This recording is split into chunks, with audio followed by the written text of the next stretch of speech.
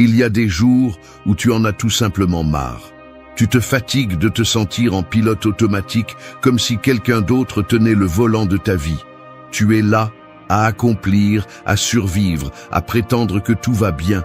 Mais à l'intérieur, quelque chose se sent vide, comme si tu manquais de force, de direction, de clarté. Et le pire de tout, tu ne sais même pas par où commencer pour reprendre le contrôle. Et si je te disais que la réponse n'est pas de chercher quelque chose de nouveau, mais de revenir à quelque chose d'ancien? Il y a plus de 2000 ans, des fous ont décidé d'arrêter de se plaindre du monde et de commencer à se maîtriser eux-mêmes. Ils ne parlaient pas d'attirer des choses avec l'esprit, ni de visualiser le succès sur une plage à l'eau turquoise. Ils parlaient d'accepter la réalité, d'agir avec courage et de construire une force intérieure pour ne se prosterner devant rien ni personne. On a appelé cela le stoïcisme, mais ce n'est pas une philosophie à étudier. C'est une façon de vivre à appliquer, parce que le monde ne va pas arrêter de te frapper. Les gens ne vont pas arrêter de te décevoir. Tes émotions ne vont pas disparaître. Ce qui peut changer, c'est ta façon de répondre. Et si tu y arrives, alors tout change. Dans cette vidéo, je vais partager avec toi 9 leçons stoïciennes que tu peux appliquer dans ta vie quotidienne. Ce ne sont pas de jolies phrases ni des théories vides, ce sont des outils réels pour t'aider à vivre avec plus de force, plus de but et plus de paix. Pas une paix qui se cache des problèmes, mais une qui les affronte avec les dents serrées et l'âme ferme. Parce que personne ne va te sauver, personne ne va te donner le manuel. Mais si tu es prêt à regarder en toi, à te défier et à prendre les rênes de ta vie, alors ce qui suit peut te changer pour toujours. 1. Transforme le pourquoi moi en qu'est-ce que cela veut m'apprendre. La plupart des gens, lorsque quelque chose ne va pas, se demandent pourquoi moi. Comme s'ils étaient des victimes de l'univers, comme si la souffrance était une sorte d'injustice personnelle. Mais cette question, bien qu'elle semble inoffensive, est un piège. Elle vous réduit, elle vous enferme dans une mentalité faible, elle vous arrache le pouvoir d'agir, car elle vous place dans une position passive, en attente d'explications ou de solutions externes. Le stoïcisme ne tolère pas cela. Le stoïcisme exige que vous changiez de perspective, que au lieu de demander « pourquoi cela m'arrive-t-il ?», vous commenciez à vous demander « qu'est-ce que cela veut m'apprendre ?» C'est là la différence entre une vie vécue dans le regret et une vie vécue dans la force. Parce que lorsque vous changez la question, vous arrêtez de blâmer le monde et commencez à regarder à l'intérieur. Vous devenez responsable, non pas pour ce qui vous arrive, mais pour ce que vous faites avec. Épictète, l'un des grands référents du stoïcisme, disait « Ce n'est pas ce qui nous arrive qui nous affecte, mais ce que nous pensons de ce qui nous arrive. » Et c'est vrai, parce que tout ce qui vous arrive, le rejet, la perte, la trahison, la chute, peut devenir une excuse pour abandonner ou une opportunité pour vous renforcer. Ce choix est le vôtre. On vous a licencié de votre travail. Allez-vous continuer à répéter que vous ne le méritiez pas ou allez-vous utiliser ce moment pour grandir, vous réinventer et découvrir de quoi vous êtes fait? Quelqu'un vous a déçu. Allez-vous rester coincé dans le ressentiment ou allez-vous apprendre à fixer des limites, à protéger votre énergie et à choisir mieux vos liens? Vous traversez un moment sombre. Allez-vous abandonner ou allez-vous transformer cette obscurité en une étape de transformation profonde? C'est la différence entre une personne qui survit et une personne qui se renforce. Nous vivons dans une société qui idolâtre le confort et fuit tout ce qui fait mal. Mais le stoïcien ne cherche pas une vie confortable, il cherche une vie forte. Et la force ne se construit pas dans le calme, elle se construit au milieu du chaos, dans l'adversité, dans la douleur qui vous pousse à la limite. Et c'est justement là, quand tout semble le plus difficile, que vous devez vous poser la bonne question. Qu'est-ce que cela veut m'apprendre?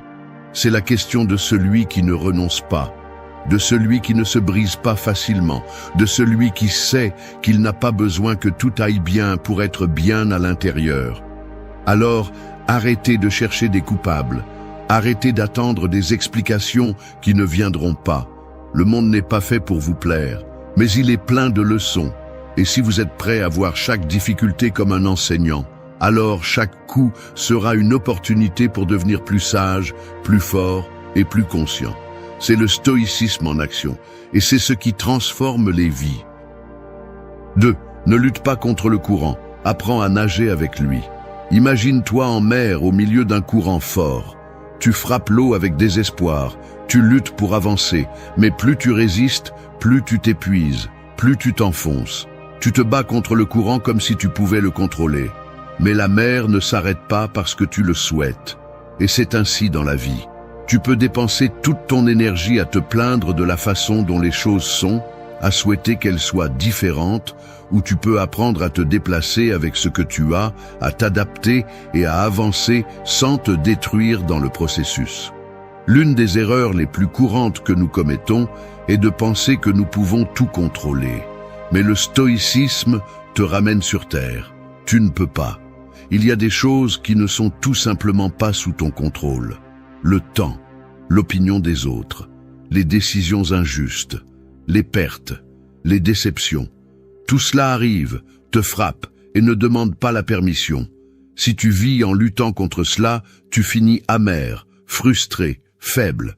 Mais si tu apprends à l'accepter, si tu comprends que le courant est là et que tu peux seulement décider comment y répondre, alors tu commences à retrouver ton pouvoir. Les stoïciens parlaient de la mort fati, aimer le destin. Cela semble radical, mais c'est simple. Non seulement accepter ce qui se passe, mais l'utiliser.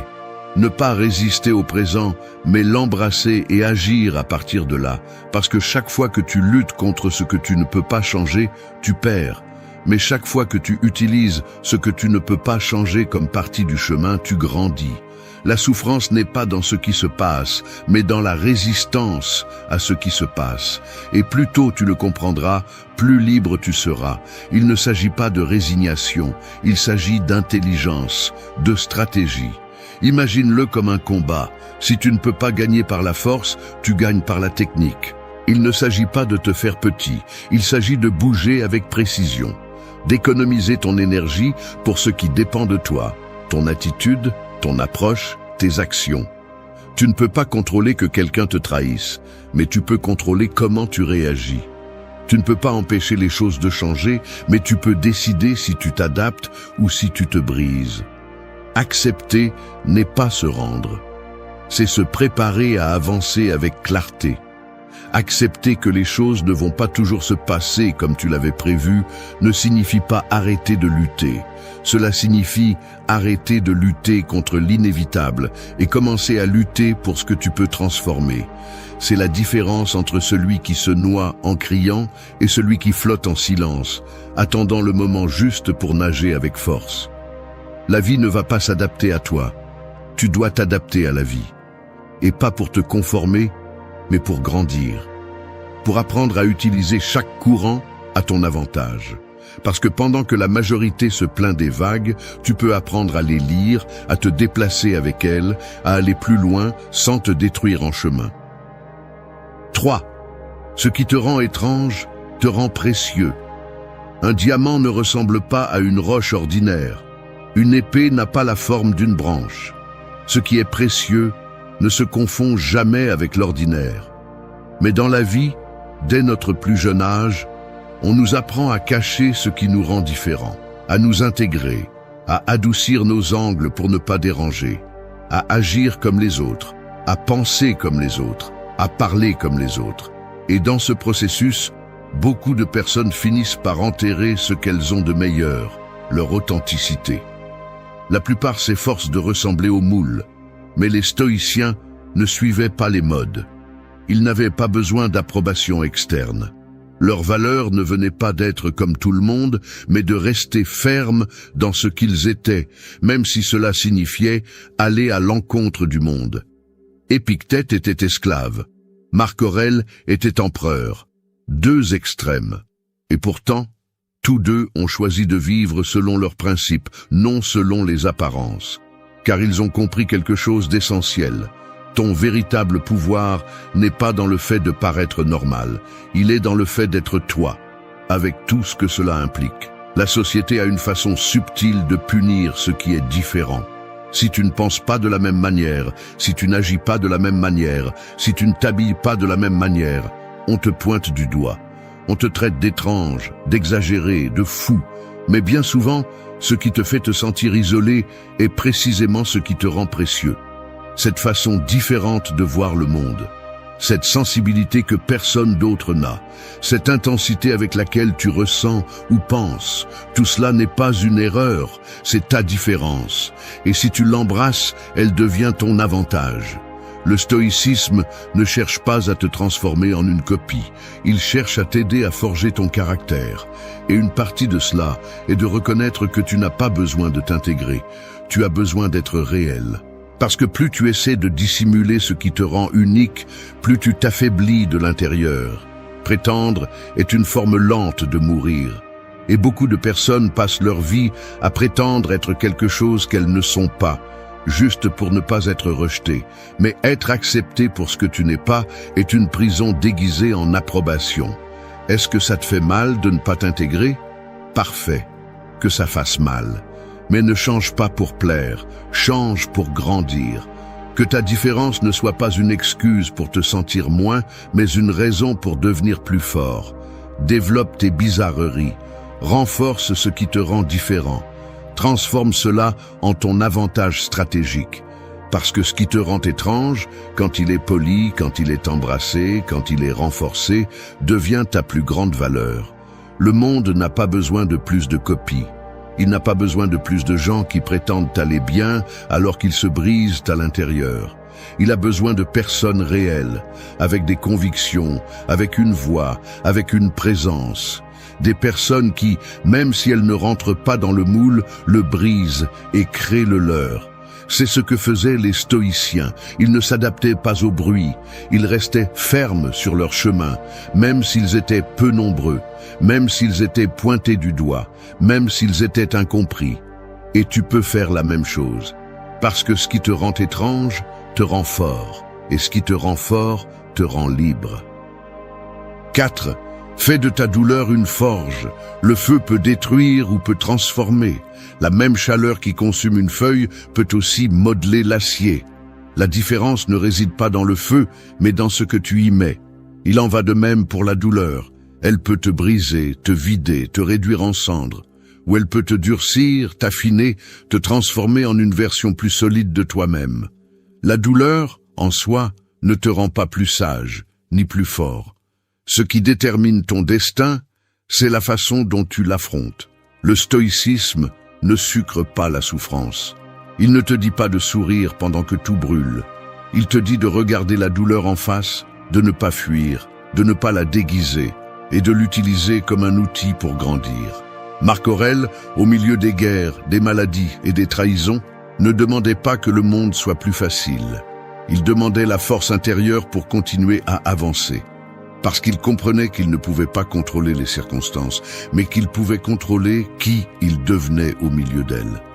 Ta douleur peut prendre de nombreuses formes. Une perte, une trahison, un échec, une période de vide profond.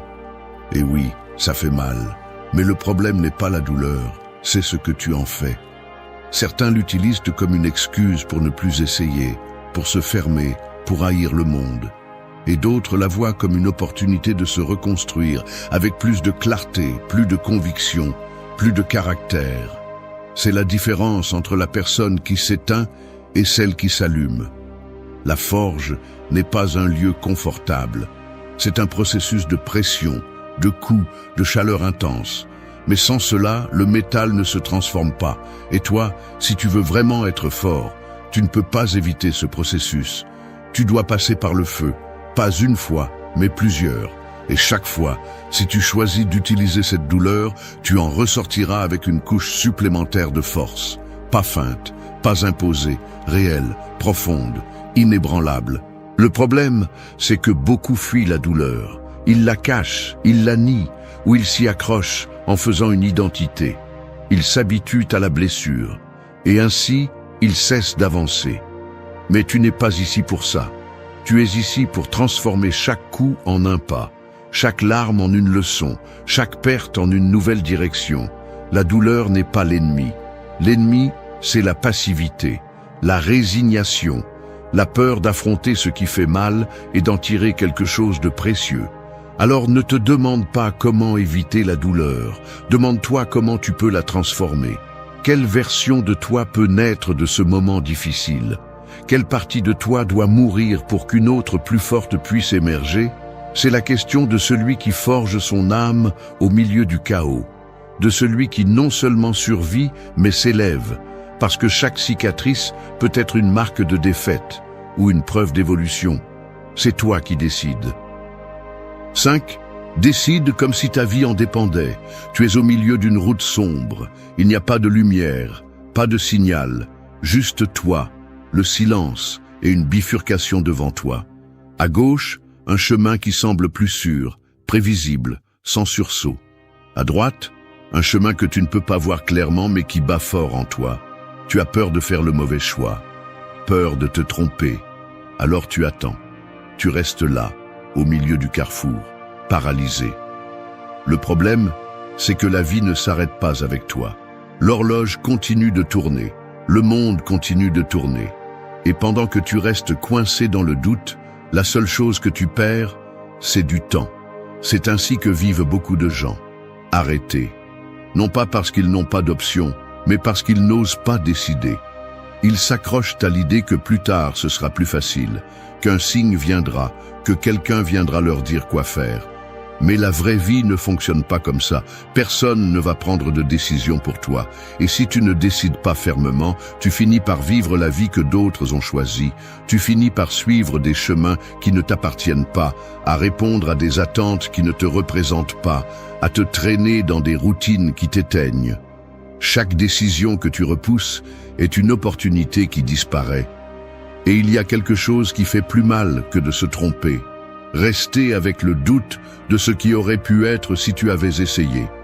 Parce que peu importe combien de fois tu échoues, tu peux toujours apprendre. Mais si tu ne fais jamais le premier pas, si tu ne décides jamais avec courage, tu restes coincé dans un limbo sans évolution, sans sens, sans direction. Décider fermement ne signifie pas avoir toutes les réponses. Cela signifie avoir le courage d'avancer même avec peur. Il n'y a pas de moment parfait. Il n'y a pas de sécurité absolue. Attendre que tout soit sous contrôle pour agir est l'excuse parfaite pour ne jamais bouger. Les personnes fortes prennent des décisions en sachant que cela peut faire mal, que cela peut mal tourner, mais que rester immobile fait plus mal. Et il ne s'agit pas seulement de choisir. Il s'agit de soutenir ce que tu choisis. Parce que n'importe qui peut décider quelque chose quand il est motivé, quand tout semble facile. Mais la vraie décision se montre quand les obstacles arrivent, quand l'émotion disparaît, quand il faut agir sans envie. C'est là que l'on voit si tu as vraiment pris une décision ou si tu as simplement lancé un souhait dans l'air. Une vraie décision exige un engagement.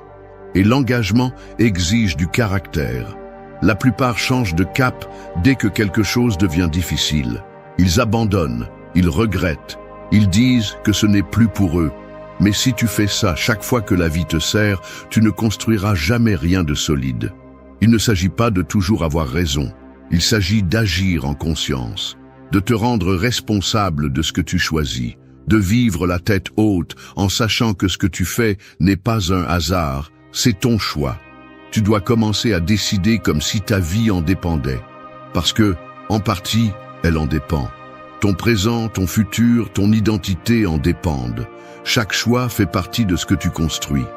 Vas-tu continuer à prendre des décisions par peur, sous la pression sociale, par insécurité, ou vas-tu commencer à choisir avec force, avec clarté, avec le désir de vivre une vie qui a du sens pour toi?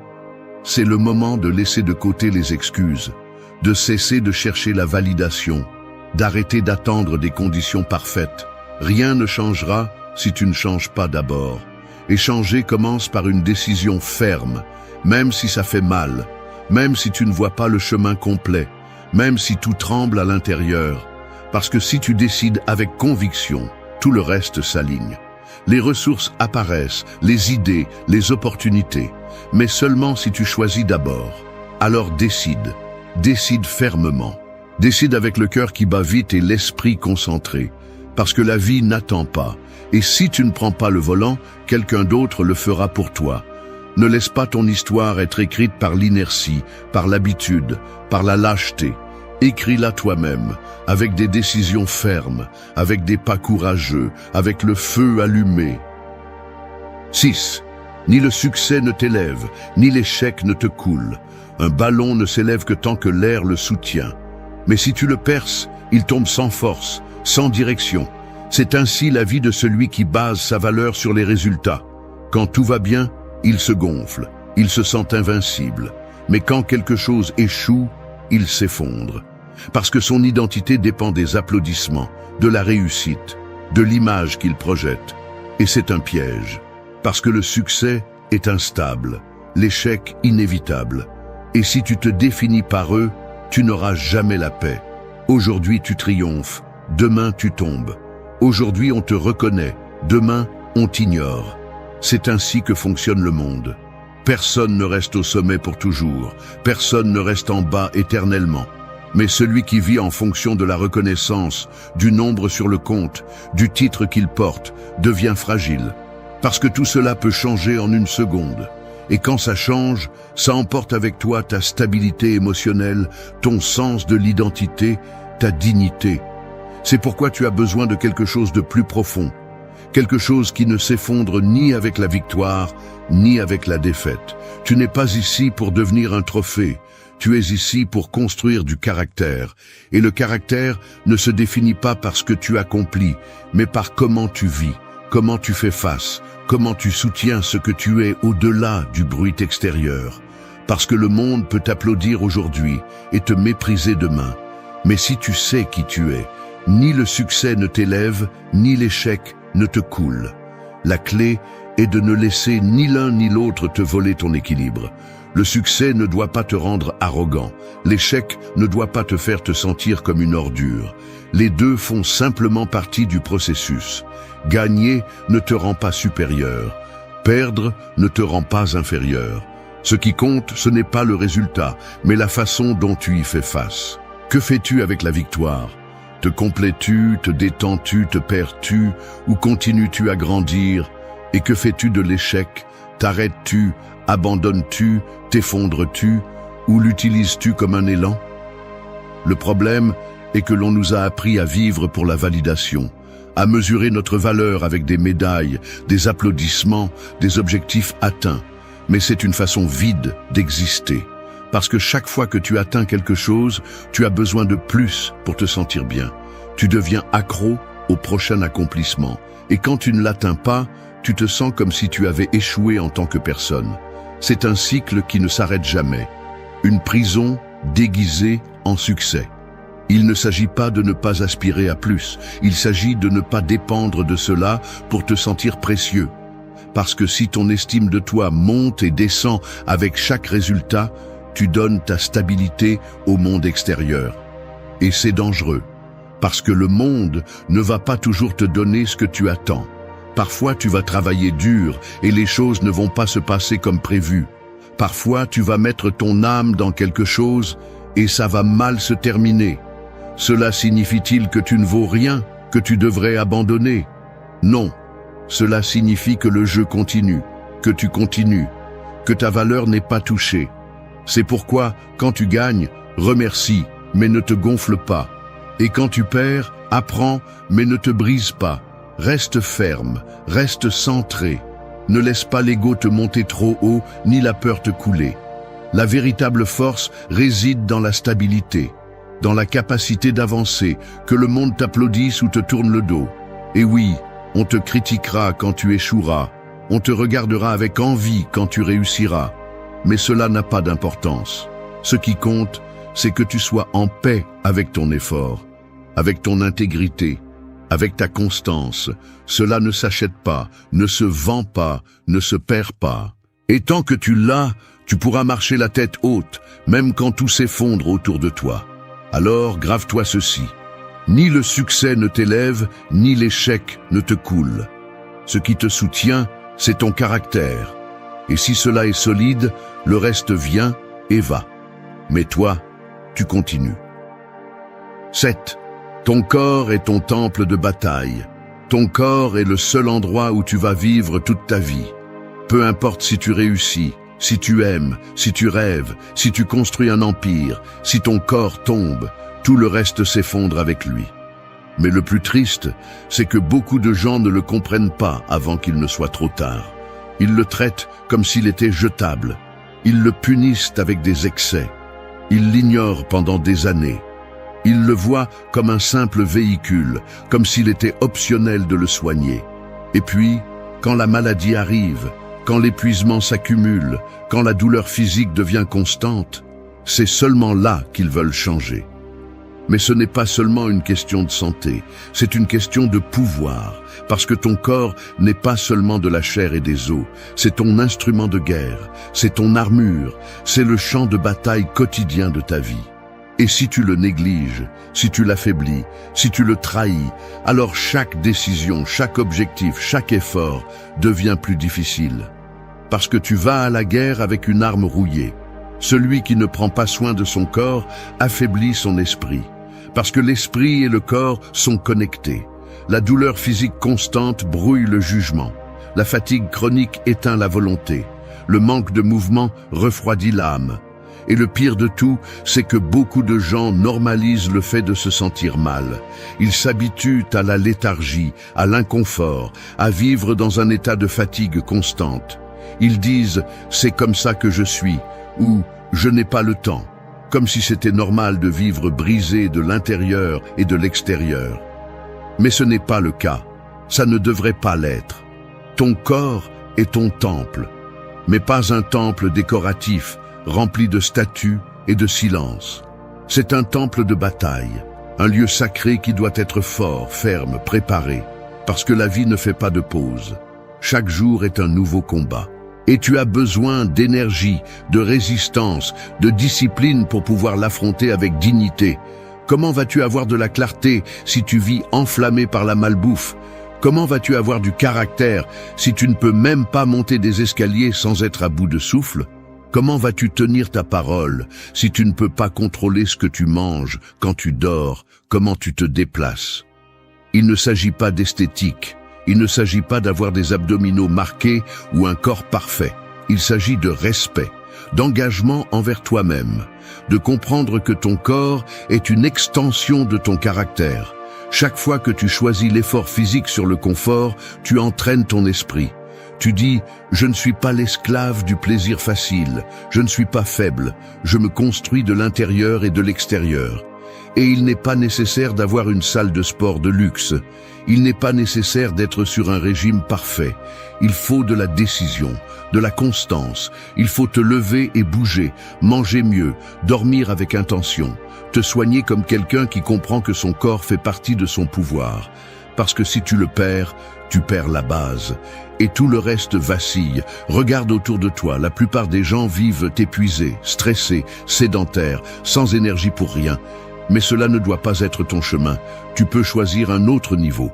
Tu peux être de ceux qui comprennent que chaque flexion, chaque repas propre, chaque nuit bien dormie, ne sont pas des actes superficiels. Ce sont des entraînements pour la vraie guerre, la vie. Et plus ton corps est fort, plus ton jugement est clair, plus ta volonté est ferme, plus ton esprit est résistant. Alors, prends soin de ton corps. Fais-le pour toi, pas pour l'approbation, pas pour l'image, par respect, par stratégie. Parce que tu en as besoin entier, fort, actif, pas pour le montrer, mais pour soutenir tout ce que tu veux construire. Le corps n'est pas un ornement, c'est la base. Et celui qui le comprend gagne un avantage dans tout le reste. 8. Ne sous-estime personne. Certaines personnes font l'erreur de regarder les autres de haut. Elles se croient plus intelligentes, plus fortes, mieux préparées, simplement parce que quelqu'un ne répond pas à leurs attentes superficielles. Elles jugent sur les apparences, la façon de parler, les vêtements, le silence, le regard tranquille. Mais ce qui compte vraiment n'est jamais visible. La vraie force ne crie pas toujours, elle ne s'exhibe pas toujours. Parfois, elle se cache dans le calme de quelqu'un qui a vécu plus qu'il ne le dit et qui s'est relevé plus de fois qu'il n'est tombé. Il y a des gens qui marchent avec des cicatrices invisibles, avec des douleurs qu'ils n'ont jamais exprimées à voix haute, avec des batailles qu'ils ont menées seuls. Ils ne se vantent pas, ils ne demandent pas de reconnaissance, mais ils restent debout. Et cela, dans ce monde, est un exploit. Lorsque tu sous-estimes quelqu'un, tu ne révèles pas sa faiblesse, tu révèles la tienne, ton besoin de te sentir supérieur, ton ego fragile, ton ignorance de ce que signifie réellement être fort. Et que se passe-t-il lorsque la vie te fait tourner la tête? Lorsque cette personne que tu as ignorée, que tu as jugée insignifiante, te dépasse sans dire un mot? Lorsque cette personne qui semblait fragile se révèle avoir une résistance que tu n'as jamais eue? C'est là que vient la leçon. Dure, directe, sans filtre. Le monde ne tourne pas autour de tes préjugés. Et plus tu le comprends tôt, mieux c'est. Il ne s'agit pas seulement de respecter les autres, il s'agit d'avoir une vision. Parce que si tu ne sais pas voir la valeur cachée, tu ne sous-estimeras pas seulement quelqu'un d'autre. Tu te priveras de l'opportunité d'apprendre, de te connecter, de grandir. Chaque personne a son histoire, sa lutte, sa limite. Et souvent, celui que tu attends le moins est celui qui a le plus enduré. Parce que celui qui sourit avec des yeux éteints est souvent celui qui a le plus saigné à l'intérieur. Mais il y a quelque chose de plus, quelque chose de encore plus grave, et c'est lorsque tu te sous-estimes, lorsque tu te convaincs que tu ne peux pas, lorsque tu penses que tu n'es pas assez, que tu ne vaux rien, que tu n'es pas fait pour résister. C'est la voix la plus dangereuse, parce qu'elle vient de l'intérieur et qu'elle sonne convaincante. Mais c'est un mensonge. Il n'y a rien de plus faux que de penser que ton passé définit ton potentiel, ou que tes erreurs annulent ta valeur.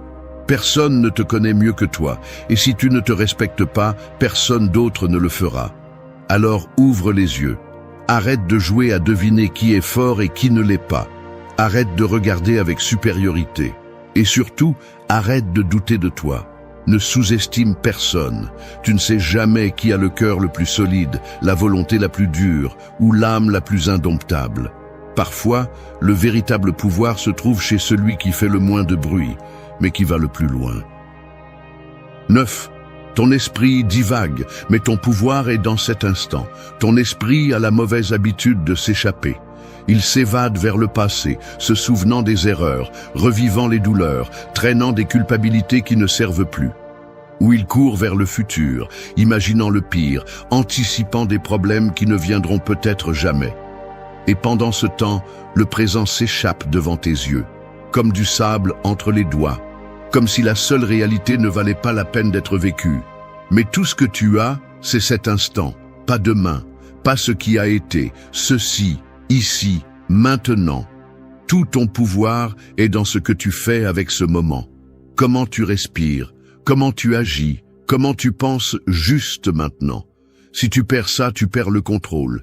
Tu deviens une victime de tes pensées, un spectateur passif de ta propre vie. L'esprit divague parce qu'il veut de la sécurité. Il veut contrôler ce qu'il ne peut pas. Il veut des réponses avant d'agir. Mais la vérité est que tu n'auras jamais le contrôle total. Tu ne sauras jamais avec certitude ce qui va se passer. Et c'est bien. Tu n'as pas besoin de certitude. Tu as besoin de présence. Tu as besoin de revenir au présent encore et encore, comme si tu étais un guerrier qui rampe de retour sur le champ de bataille, peu importe combien de fois il a été repoussé. Parce que lorsque tu es présent, tu peux décider. Tu peux agir avec clarté. Tu peux arrêter de réagir impulsivement et commencer à répondre avec intention. Et cela, dans une société qui vit distraite, est déjà un acte révolutionnaire. Alors que les autres se perdent dans les écrans, dans le bruit, dans le chaos, tu peux t'arrêter, respirer, concentrer, être. Ne sous-estime pas le pouvoir du moment présent. Ici, tout se transforme. Ici se construit le caractère. Ici, on affronte la peur. Ici, on plante la graine d'une vie différente. Pas là-bas, pas plus tard, ici. Et si tu réussis à maîtriser ton attention, même pour quelques minutes, alors tu commences à maîtriser ta vie. Alors arrête de courir, arrête de fuir. Ton esprit s'en ira encore et encore, mais ton travail est de le ramener. Avec force, avec discipline, avec intention. Parce que dans cet instant, maintenant, tout commence. Et si tu le prends au sérieux, rien ne t'arrête. Est-ce que tu as déjà senti que tu es coincé dans des sables mouvants? Plus tu te débats, plus tu t'enfonces. Et bien que le monde extérieur semble être la cause de ta souffrance, la vérité est que l'ennemi le plus impitoyable n'est pas là-bas. Il est dans ton esprit. Chaque peur, chaque doute, chaque excuse que tu te répètes agit comme des chaînes invisibles. À première vue, tu crois qu'elles te protègent, mais en réalité, elles te maintiennent simplement immobile. C'est comme naviguer avec une ancre que tu traînes au fond de la mer, et pourtant, tu te demandes pourquoi tu n'avances pas. Les stoïciens le savaient. Pour eux, la véritable bataille n'a jamais été contre l'adversité extérieure, mais contre soi-même. Tu ne peux pas éviter les tempêtes, mais tu peux décider si tu fais naufrage ou si tu apprends à les maîtriser. Parce que le problème n'est pas la force du vent, c'est comment tu ajustes tes voiles. Aujourd'hui, nous allons y faire face, pas avec des phrases creuses, ni avec une motivation éphémère. Je vais te donner 8 leçons stoïciennes pour arracher ces chaînes à la racine. Mais je te préviens, ce qui suit n'est pas pour tout le monde. Si tu cherches du réconfort ou des justifications, tu peux t'arrêter ici. Mais si tu es prêt à affronter chaque obstacle interne, si tu veux cesser d'être ton pire ennemi et devenir ton plus grand allié, alors continue. Parce qu'à la fin, la question n'est pas de savoir si la vie te mettra à l'épreuve. La question est de savoir si tu seras prêt à la surmonter. 1. Saute avant que la peur ne te pousse. La peur est toujours à l'affût. Elle n'arrive pas avec des cris ou des avertissements, mais avec des murmures, une voix basse et persistante qui te convainc que ce n'est pas encore le moment. Attends un peu plus, te dit-elle. Tu n'es pas encore prêt. Et ainsi, tu continues à repousser, jour après jour, semaine après semaine. Tu penses qu'en évitant le risque, tu te protèges. Mais ce que tu fais vraiment, c'est céder ton pouvoir. La vérité est que la peur ne disparaît pas quand tu l'ignores. Au contraire, elle grandit. Comme une ombre au crépuscule, elle s'allonge et assombrit chaque pas que tu essaies de faire. Et si tu n'agis pas à temps, il arrive un moment où la peur n'a plus besoin de te murmurer des avertissements. Elle te pousse simplement. Mais elle le fait de la pire des manières, à travers le regret. Pense à combien d'opportunités tu as laissé passer simplement parce que tu pensais ne pas être prêt. Combien de fois as-tu imaginé les pires scénarios et utilisé cela comme excuse pour ne pas essayer? La peur n'est pas l'ennemi. Le véritable ennemi est la paralysie qui permet à la peur de prendre les décisions pour toi. Et voici le paradoxe. Quand tu attends de te sentir prêt, la peur ne fait que grandir. Parce que pendant que tu repousses, tu nourris l'idée que tu as besoin d'être complètement sûr pour agir. Mais la réalité est que la certitude n'arrive jamais. Il y aura toujours des doutes, il y aura toujours de l'incertitude. Le moment parfait n'existe pas. Alors, que peux-tu faire? La réponse est simple, mais pas facile. Saute avant que la peur ne te pousse. Arrête d'attendre des garanties et fais le pas. Parce que chaque jour que tu passes à attendre est un jour où tu cèdes du terrain. Et si tu ne décides pas pour toi-même, la peur décidera pour toi. La peur d'échouer, la peur du rejet, la peur de ne pas être suffisant. Chacun d'eux est comme un mur invisible qui t'entoure. Mais et si je te disais que ce mur n'est pas réel? La plupart du temps, le pire scénario que tu imagines n'arrive jamais. Et même s'il arrivait, tu découvriras que tu es beaucoup plus capable de l'affronter que tu ne le penses. Parce que l'échec n'est pas ce qui te détruit. Ce qui te détruit, c'est de vivre avec le doute de ce qui aurait pu être. Quand tu fais face à la peur et que tu agis malgré elle, quelque chose change. Non pas parce que les circonstances s'améliorent, mais parce que tu te rends compte de quelque chose de fondamental. Tu n'as pas besoin d'être libre de peur pour bouger. Tu as besoin de bouger malgré la peur. Chaque fois que tu sautes, quel que soit le résultat, tu deviens plus fort. Tu te prouves à toi-même que tu peux résister à l'incertitude, que tu peux t'adapter et continuer à avancer. Et cet apprentissage est inestimable. Si tu as déjà ressenti cette pression dans la poitrine avant de prendre une décision importante, tu sais de quoi je parle. Cette voix qui dit « Et si tout va mal ?» Mais voici une question plus puissante. Et si tout va bien? Parce que la peur ne montre qu'un côté de la médaille. Elle considère rarement la possibilité de succès, de croissance ou d'apprentissage. Mais quand tu décides de sauter, tu arrêtes de spéculer et tu commences à expérimenter. Et si tu tombes, tu tomberas en sachant que tu as essayé, avec la certitude que tu ne t'es pas laissé piéger dans le « qu'est-ce qui serait arrivé ?» Et cela, même dans l'échec, te donne un avantage. Parce que celui qui agit, apprend. Et celui qui apprend, s'améliore. En revanche, celui qui n'agit pas, reste coincé. Ne laisse pas la peur te voler l'opportunité de découvrir de quoi tu es capable. Personne ne peut te garantir que tu ne vas pas échouer.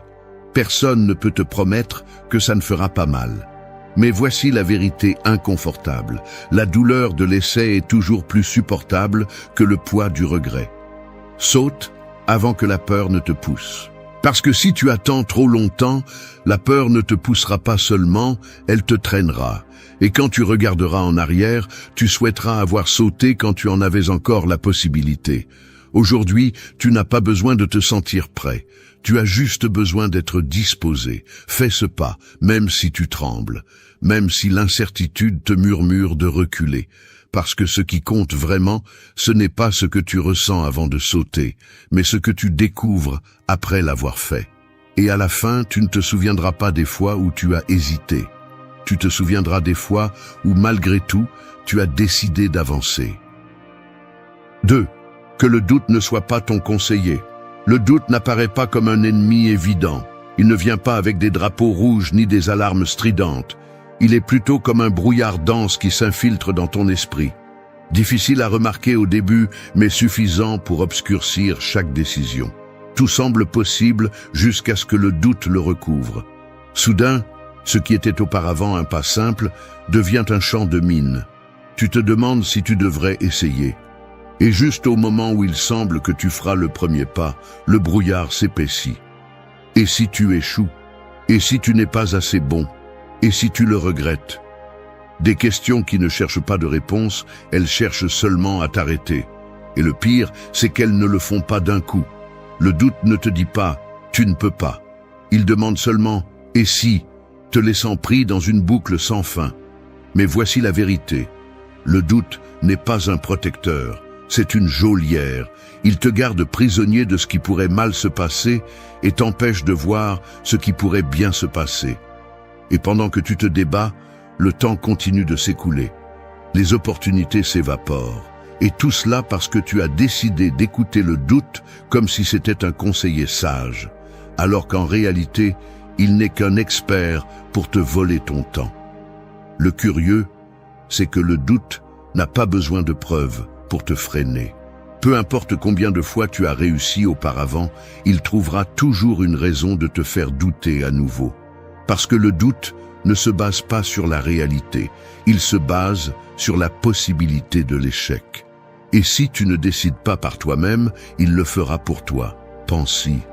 Combien de décisions as-tu arrêté de prendre parce que tu t'es convaincu que tu avais besoin de réfléchir un peu plus? Mais la vérité est que tu n'étais pas en train de réfléchir.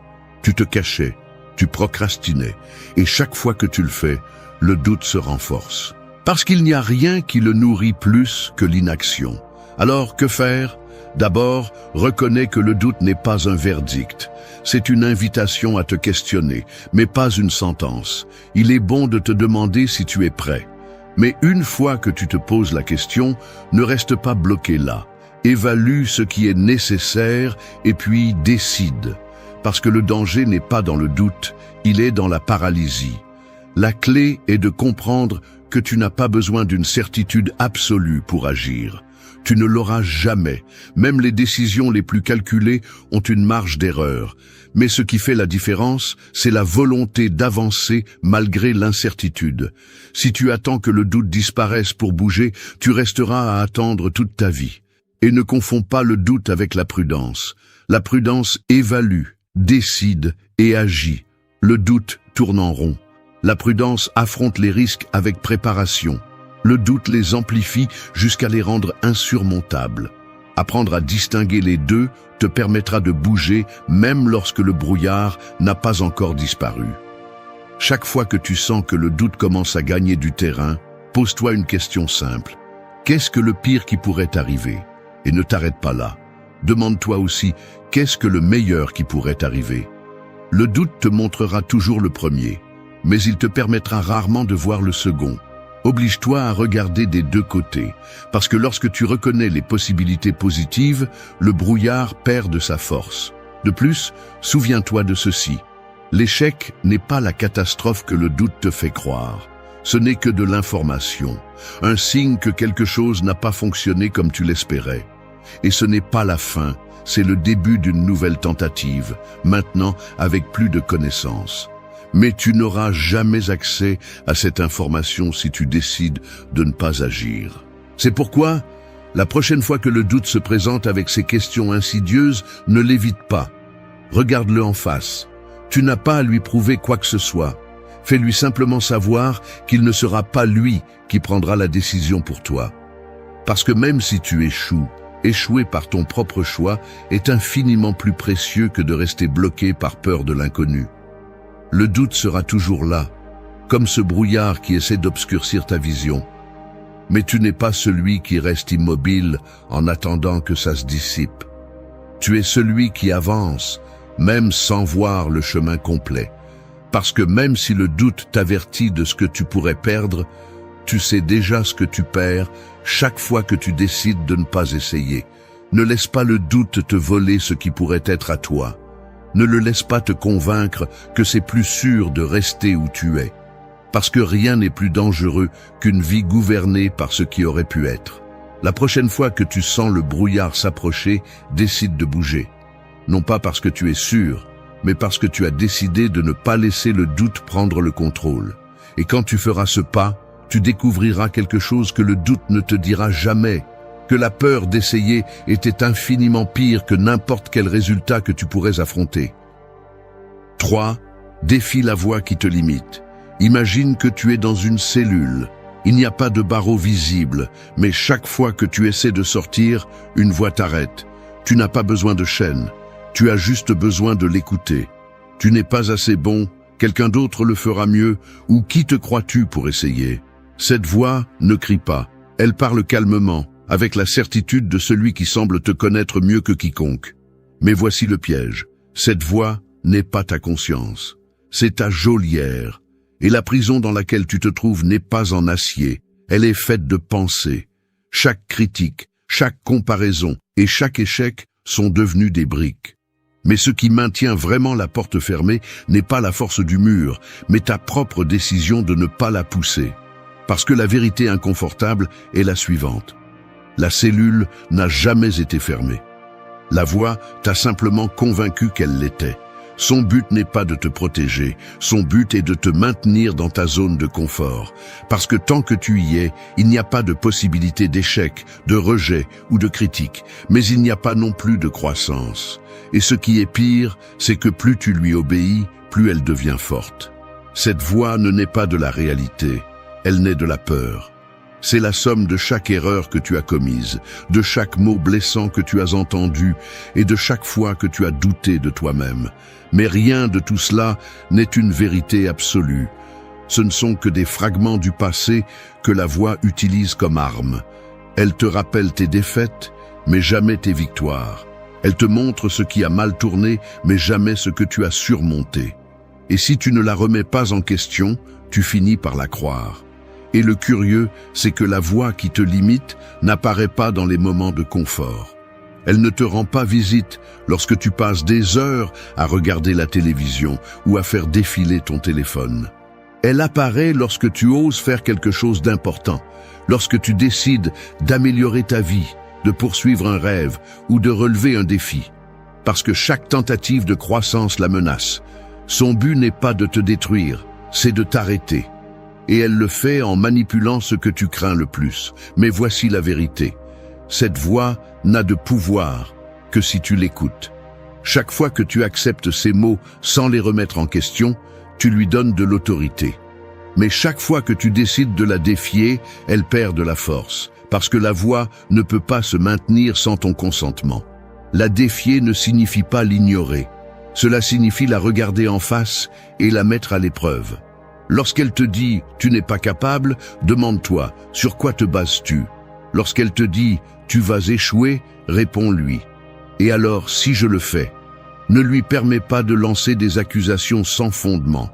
Oblige-la à justifier ses paroles, et ce que tu découvriras, c'est que la plupart de ses arguments s'effondrent face à la raison. La voix qui te limite est comme un gardien sans clé, debout devant une porte qui n'a jamais été fermée. Si tu restes immobile, elle semblera être un mur infranchissable. Mais si tu fais un pas, si tu oses pousser, tu te rendras compte qu'il n'y avait rien qui bloquait le chemin. Juste la peur. Et voici la partie la plus puissante. Plus tu défies cette voix, plus elle devient faible. Parce que chaque fois que tu agis, malgré ses avertissements, tu prouves qu'elle a tort. Chaque pas que tu fais est une preuve vivante que tu peux faire ce qu'elle a dit que tu ne pourrais pas. Et finalement, sa voix devient un murmure lointain, incapable de t'arrêter. Mais cela ne signifie pas qu'elle disparaîtra complètement. La voix trouvera toujours de nouvelles façons d'essayer de t'arrêter. Elle te dira que ce n'est pas le moment, que tu as besoin de plus d'expérience, que quelqu'un d'autre le fera mieux. Mais quand tu entends ces mots, souviens-toi de ce qu'ils signifient vraiment. Tu avances. Parce que la voix ne crie que lorsque tu es sur le point de te libérer. Alors, la prochaine fois que tu l'entends, ne recule pas. N'essaie pas de négocier avec elle. Fais ce qu'elle craint le plus. Agis. Peu importe si ta voix intérieure insiste sur le fait que tu ne peux pas. Parce que tu n'es pas cette voix. Tu es celui qui décide de la suivre ou de la défier. Et lorsque tu le feras, tu découvriras que la voix la plus forte n'est pas celle qui te limite. C'est celle qui surgit lorsque tu oses. La voix qui dit « je peux ». La voix qui célèbre chaque pas en avant, chaque tentative, chaque chute et chaque relèvement. C'est la voix qui mérite ton attention. Alors défie-la. Non pas parce que la voix qui te limite a disparu, mais parce que tu as décidé de ne plus jamais lui obéir. Et à ce moment-là, peu importe le résultat, tu auras déjà gagné. La porte a toujours été ouverte. Maintenant, tout ce qui reste à faire est de décider si tu vas la franchir. 4. Allume la lumière et regarde bien. Imagine être dans une pièce sombre. Tu ne vois rien, seulement des ombres qui s'allongent sur les murs. Chaque bruit devient une menace. Chaque mouvement accélère ton pouls. Mais voici ce qui est curieux. Tu ne sais pas ce que tu crains parce que tu ne peux pas le voir. Tu ne fais que l'imaginer. Et plus tu passes de temps dans l'obscurité, plus ce que ton esprit crée devient grand et terrifiant. C'est ce qui se passe chaque fois que tu choisis de ne pas affronter un problème. Tu préfères ne pas regarder, espérant que ce qui te fait peur disparaîtra de lui-même. Mais l'obscurité ne fait pas disparaître les monstres. Elle leur donne seulement de l'espace pour grandir. L'esprit humain déteste l'incertitude, et quand il n'a pas de réponse, il les invente. C'est pourquoi ce que tu ne comprends pas devient rapidement une menace. Un malentendu devient un rejet. Une petite erreur se transforme en humiliation publique. Un défi inconnu devient une défaite certaine, même avant d'essayer. Mais ce qui alimente vraiment cette peur n'est pas le problème en lui-même. C'est ton refus de l'affronter. L'obscurité te maintient immobile, parce que tant que tu ne vois pas clairement, toute décision semble dangereuse. Alors tu décides de le remettre à plus tard. Tu laisses le problème pour demain, puis pour la semaine prochaine, et ensuite pour un jour qui n'arrive jamais. Et chaque minute qui passe, l'ombre s'allonge. Mais voici une vérité inconfortable. La plupart du temps, le pire n'est pas d'affronter le problème, c'est de vivre avec le poids de ne pas l'avoir fait. Parce que l'incertitude consomme plus d'énergie que n'importe quelle décision difficile. Et quand tu oses enfin regarder, tu te rends compte de quelque chose de dévastateur. Ce n'était pas aussi grand que tu l'imaginais. Alors, que faire? La réponse est simple. Allume la lumière. Arrête de deviner. Arrête de supposer le pire. Si tu as un conflit, parle. Si tu as peur d'échouer, évalue les risques réels. Si tu ne sais pas quoi faire, cherche des informations. Parce que la clarté affaiblit toujours la peur. Il n'y a rien qui effraie plus un problème que la lumière de la vérité. Et non, affronter la réalité ne sera pas toujours confortable. Tu pourrais découvrir des choses que tu préférerais ne pas savoir. Tu pourrais confirmer que tes peurs n'étaient pas totalement infondées. Mais au moins, tu auras quelque chose de solide sur quoi travailler. Et le meilleur de tout, tu te seras libéré de l'agonie de l'incertitude. Chaque fois que tu fais face à une ombre, souviens-toi de ceci. Ce n'est pas l'obscurité qui te fait peur, c'est ce que tu imagines en elle. Mais aucune peur ne survit à la lumière. Alors fais le pas, pose des questions, confronte, évalue, parce que même si la vérité fait mal, elle sera toujours plus légère que le poids de l'ignorance. Allume la lumière et regarde bien. Et ce que tu verras au-delà de tout obstacle, c'est la liberté de celui qui ne craint plus l'inconnu. 5. Moins de mots, plus de coups sur l'enclume. Parler est facile, planifier, imaginer, rêver, éveiller, peindre une image mentale de tout ce que tu pourrais faire, de combien ce sera incroyable quand tu le feras enfin. Mais les mots ne forgent rien. Ils sont comme le son d'un marteau qui ne touche jamais le métal, bruyant, vide, sans substance. Et chaque jour que tu passes à parler sans agir, ta vie reste la même. Imagine un forgeron debout devant une enclume. Il a l'acier chaud et le marteau à la main, mais au lieu de frapper, il reste là, à penser. Et si la forme n'est pas parfaite? Et si je devrais essayer d'une autre manière? Pendant ce temps, le métal refroidit, l'opportunité se durcit, et tout ce qui reste, c'est le regret. C'est ainsi que nous vivons lorsque nous remplaçons l'action par des mots. Nous nous convainquons que nous avançons parce que nous pensons à ce que nous allons faire. Nous parlons de nos objectifs, nous écrivons des plans, nous recherchons sans cesse. Mais le marteau ne bouge toujours pas, et dans cette tentative de perfectionner chaque détail avant d'agir, nous perdons la seule chose qui compte vraiment, le temps. La vérité est que le monde ne se façonne pas avec des intentions, il se façonne avec de l'effort. Chaque coup sur l'enclume compte, et non, ils ne seront pas tous parfaits. Certains seront maladroits, imprécis. Mais même ces coups imparfaits créent du progrès, parce que ce qui compte vraiment, ce n'est pas la beauté de la tentative, c'est la résistance de celui qui ne cesse d'essayer. Et c'est là que la plupart abandonnent. Non pas parce qu'ils n'ont pas de talent ou de capacité, mais parce qu'ils ne sont pas prêts à supporter l'inconfort des premiers coups. Ils veulent des résultats immédiats, une reconnaissance sans effort, des victoires sans chute. Mais cela ne fonctionne pas ainsi. L'acier ne devient pas une épée sans être frappé, façonné et exposé au feu. Et tu ne deviendras pas qui tu dois être si tu n'es pas prêt à affronter ce processus. Les mots ne te renforcent pas. L'action le fait. Chaque fois que tu choisis d'agir plutôt que de parler, tu deviens plus résistant. Chaque erreur t'enseigne. Chaque tentative te rapproche. Et le plus important, chaque coup sur l'enclume te rappelle que le progrès n'est ni beau ni élégant. Il est sale, épuisant et souvent frustrant. Mais il est réel. Alors, arrête de te raconter des histoires sur ce que tu feras un jour. Arrête de te convaincre que ce n'est pas encore le moment, parce que la réalité est celle-ci. Ce ne sera jamais le cas. Tu n'auras jamais toutes les réponses. Tu ne te sentiras jamais complètement prêt. Mais tu n'as pas besoin de l'être. Tu as juste besoin d'être prêt à lever le marteau et à donner le premier coup. Et quand tu le feras, quelque chose changera. Non pas parce que le monde t'applaudira, mais parce que tu sauras que quel que soit le résultat, tu as agi. Et chaque fois que tu reviendras à l'enclume, chaque fois que tu frapperas malgré la peur ou le doute, tu deviendras quelqu'un de plus fort. Quelqu'un capable de façonner sa propre vie. Moins de mots, plus de coups sur l'enclume.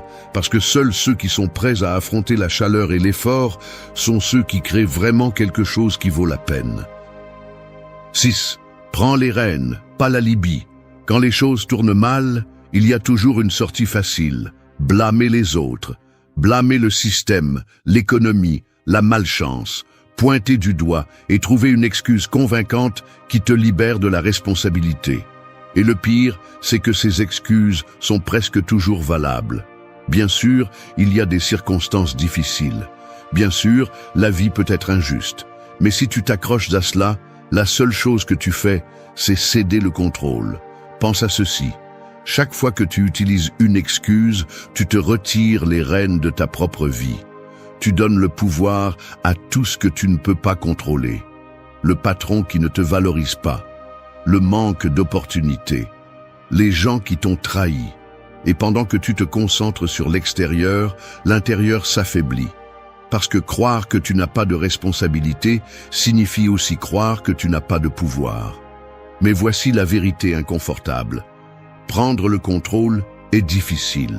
Cela signifie accepter que, bien que tu ne sois pas coupable de tout ce qui t'arrive, tu es responsable de la façon dont tu réagis. Et cette différence change tout. Parce que lorsque tu arrêtes de chercher des alibis et décides de prendre les rênes, tu cesses d'être une victime et tu deviens un protagoniste. Il est facile de dire « je n'ai pas pu le faire parce que je n'avais pas le temps ». Mais ne l'avais-tu vraiment pas? Ou peut-être as-tu choisi de passer ce temps à te distraire? Il est tentant de dire « personne ne m'a aidé ». Mais as-tu demandé de l'aide? As-tu insisté? As-tu exploré toutes les options? La plupart des excuses s'effondrent lorsque tu oses te poser les questions inconfortables. Et non, cela ne signifie pas te blâmer sans raison. Cela signifie reconnaître que, bien que tu ne puisses pas tout contrôler, tu peux toujours contrôler quelque chose. Ton effort, ton attitude, ta persévérance. Et plus tu te concentres sur ce que tu peux faire, moins les circonstances auront de pouvoir sur toi. La vie est pleine d'obstacles. Mais le plus grand piège n'est pas l'obstacle lui-même, c'est l'attitude que tu adoptes face à lui. Si tu cherches des raisons de ne pas agir, tu les trouveras. Mais tu peux aussi chercher des raisons de bouger, de t'adapter, d'avancer. Ce choix est le tien. Et le plus curieux, c'est ceci. Quand tu prends les rênes, les excuses perdent leur sens. Parce que tu n'as plus besoin de les justifier. Même si tu échoues, tu sauras que tu as essayé de tout ton cœur. Et cette tentative, en soi, te rendra plus fort. Chaque pas que tu fais sans te cacher derrière un alibi te construit. Il fait de toi quelqu'un capable de faire face à ce qui vient, sans attendre que les circonstances soient parfaites.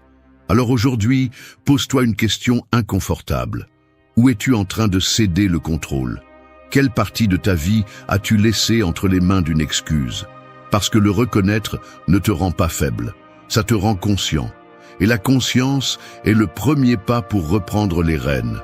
La prochaine fois que tu seras tenté de blâmer les autres ou de justifier ton inaction, souviens-toi de ceci. Chaque excuse est une opportunité perdue. Mais chaque fois que tu décides d'agir, peu importe les circonstances, tu te réaffirmes comme le maître de ta vie.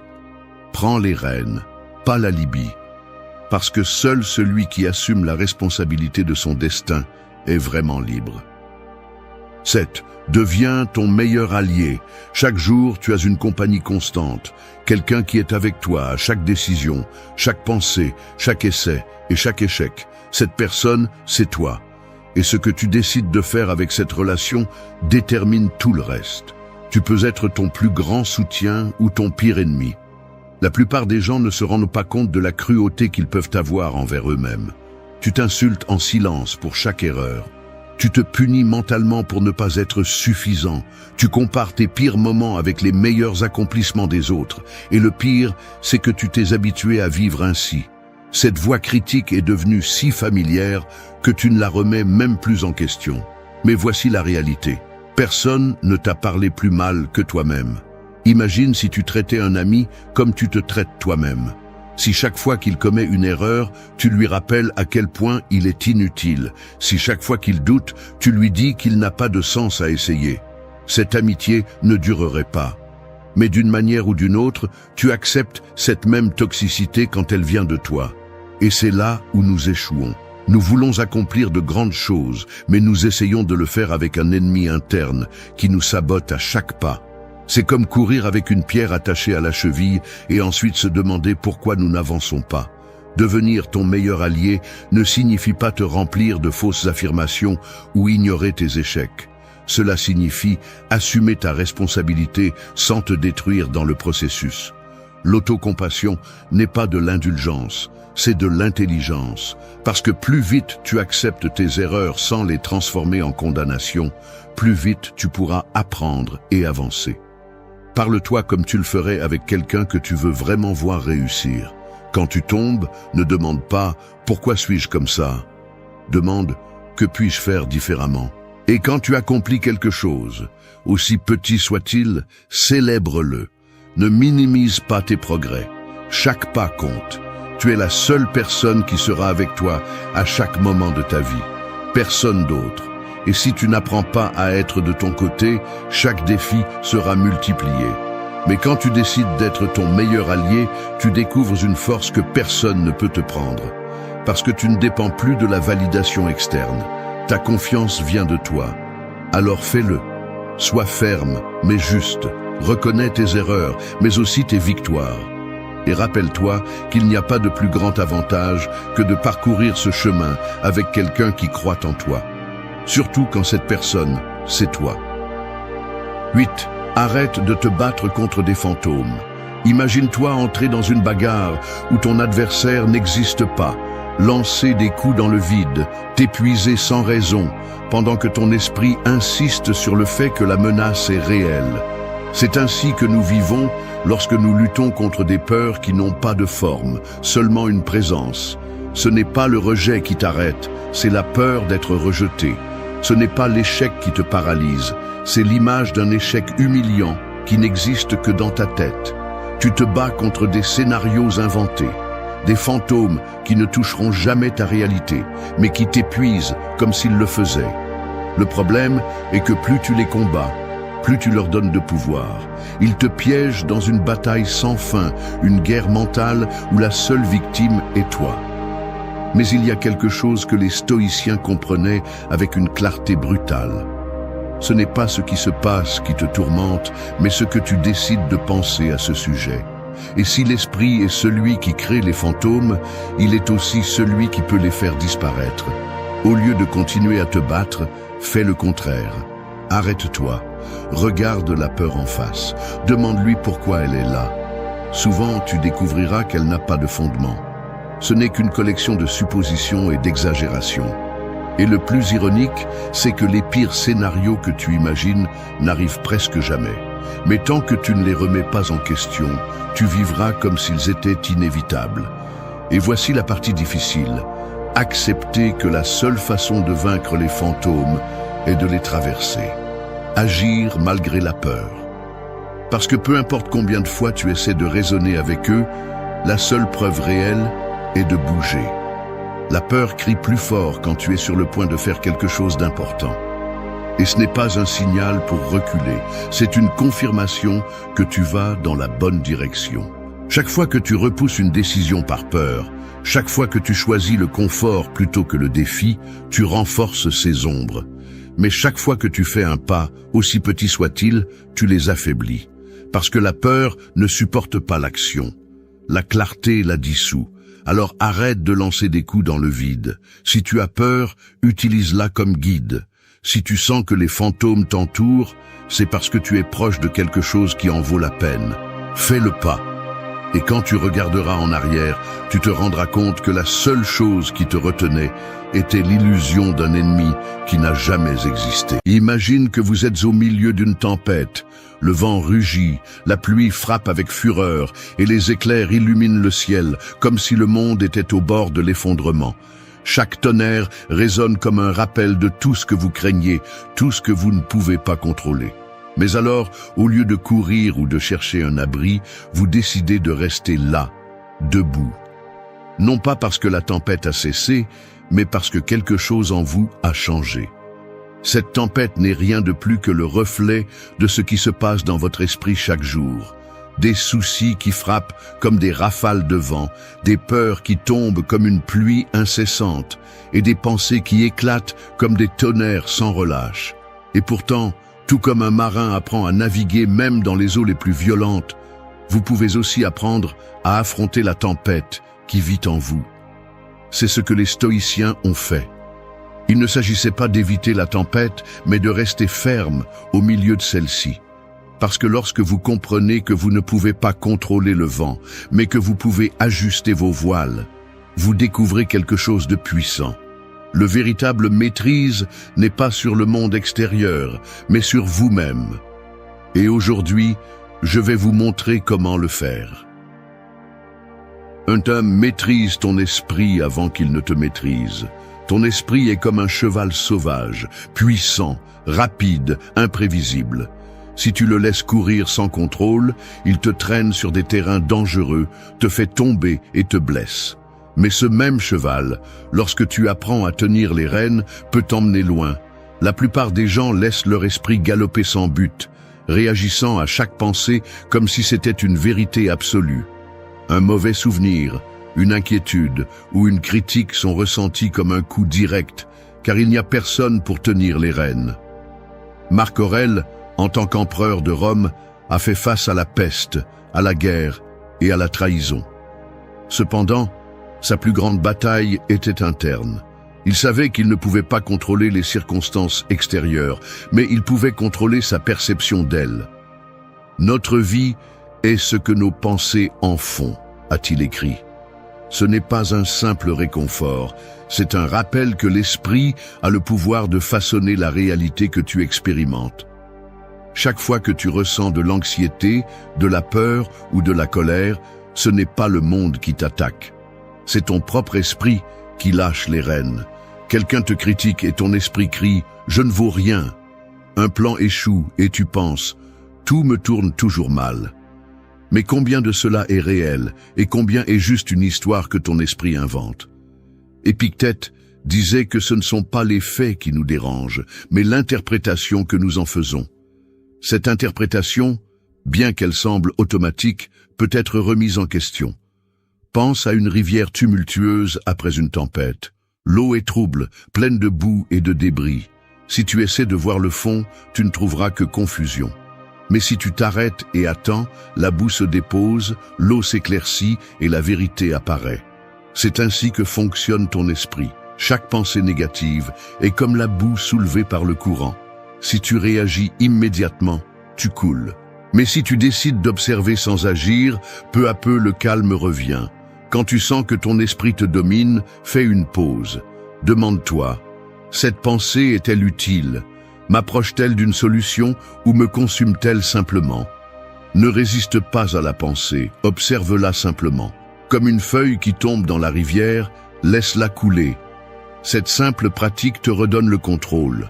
Et il ne s'agit pas d'ignorer les problèmes, mais de les affronter avec clarté, pas avec chaos. Épictète enseignait qu'il y a deux types de choses dans la vie, celles que tu contrôles et celles que tu ne contrôles pas. Tes pensées, décisions et actions t'appartiennent, mais ce que les autres disent, font ou pensent n'est pas entre tes mains. Te soucier de l'incontrôlable est comme essayer d'arrêter le vent avec tes mains.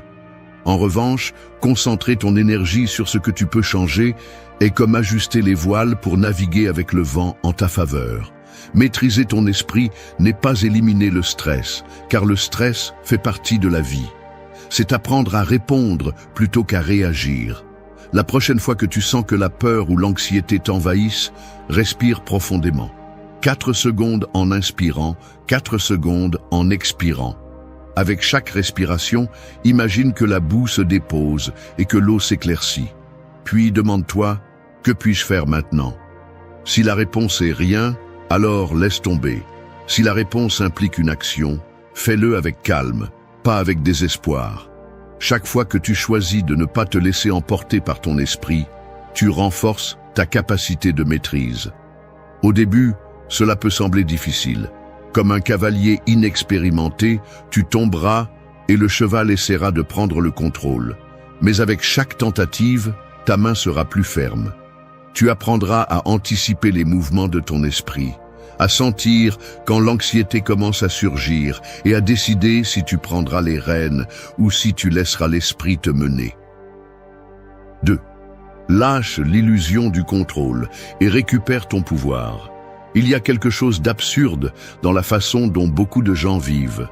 Ils se réveillent chaque matin avec la détermination de garder tout sous contrôle. Ils veulent que les plans se déroulent exactement comme ils les ont imaginés, que personne ne les critique, que le trafic coule en leur faveur et que la vie réponde à leurs attentes. Mais la vie n'est pas un échiquier où chaque mouvement suit tes règles.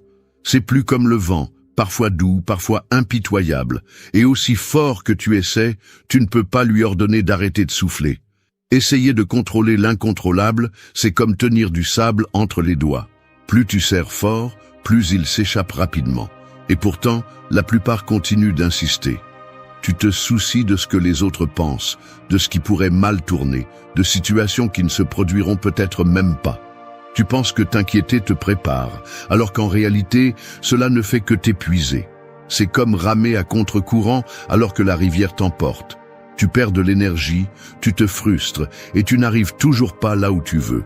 Lâcher prise ne signifie pas abandonner. Cela signifie comprendre quelles batailles méritent ton effort et lesquelles ne le méritent pas. Lorsque tu fais face à une situation difficile, pose-toi cette question. Cela dépend-il de moi ? Si la réponse est non, s'accrocher à l'inquiétude est comme crier à une tempête de s'arrêter. Cela ne changera rien, sauf ta paix. Mais si la réponse est oui, alors tu as une chance. C'est là que se trouve ton véritable pouvoir. Non pas dans le contrôle du résultat, mais dans le contrôle de ta réponse. Tu peux agir, décider, bouger. Tout le reste, la réaction des autres, le hasard, les imprévus, est hors de ta portée. L'accepter n'est pas une faiblesse, c'est de l'intelligence. Maintenant, cela ne signifie pas que tu ignores les problèmes ou que tu restes les bras croisés. Au contraire, cela signifie agir avec intelligence.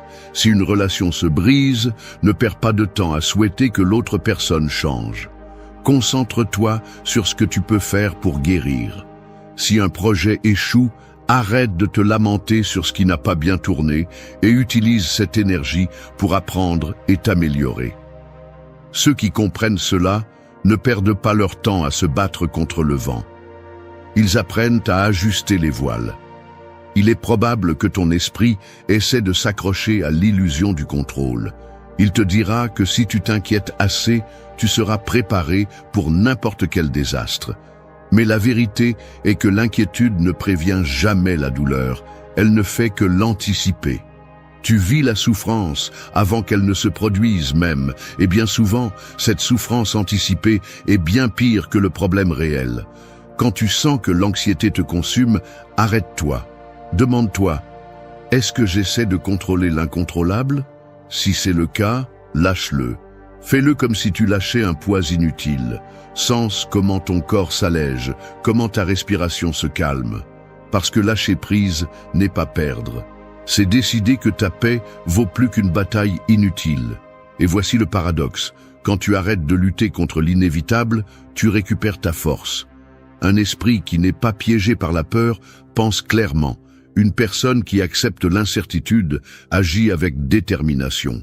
Alors que les autres luttent contre le courant, tu avances sans résistance. La prochaine fois que tu sens que le contrôle t'échappe, rappelle-toi de la corde.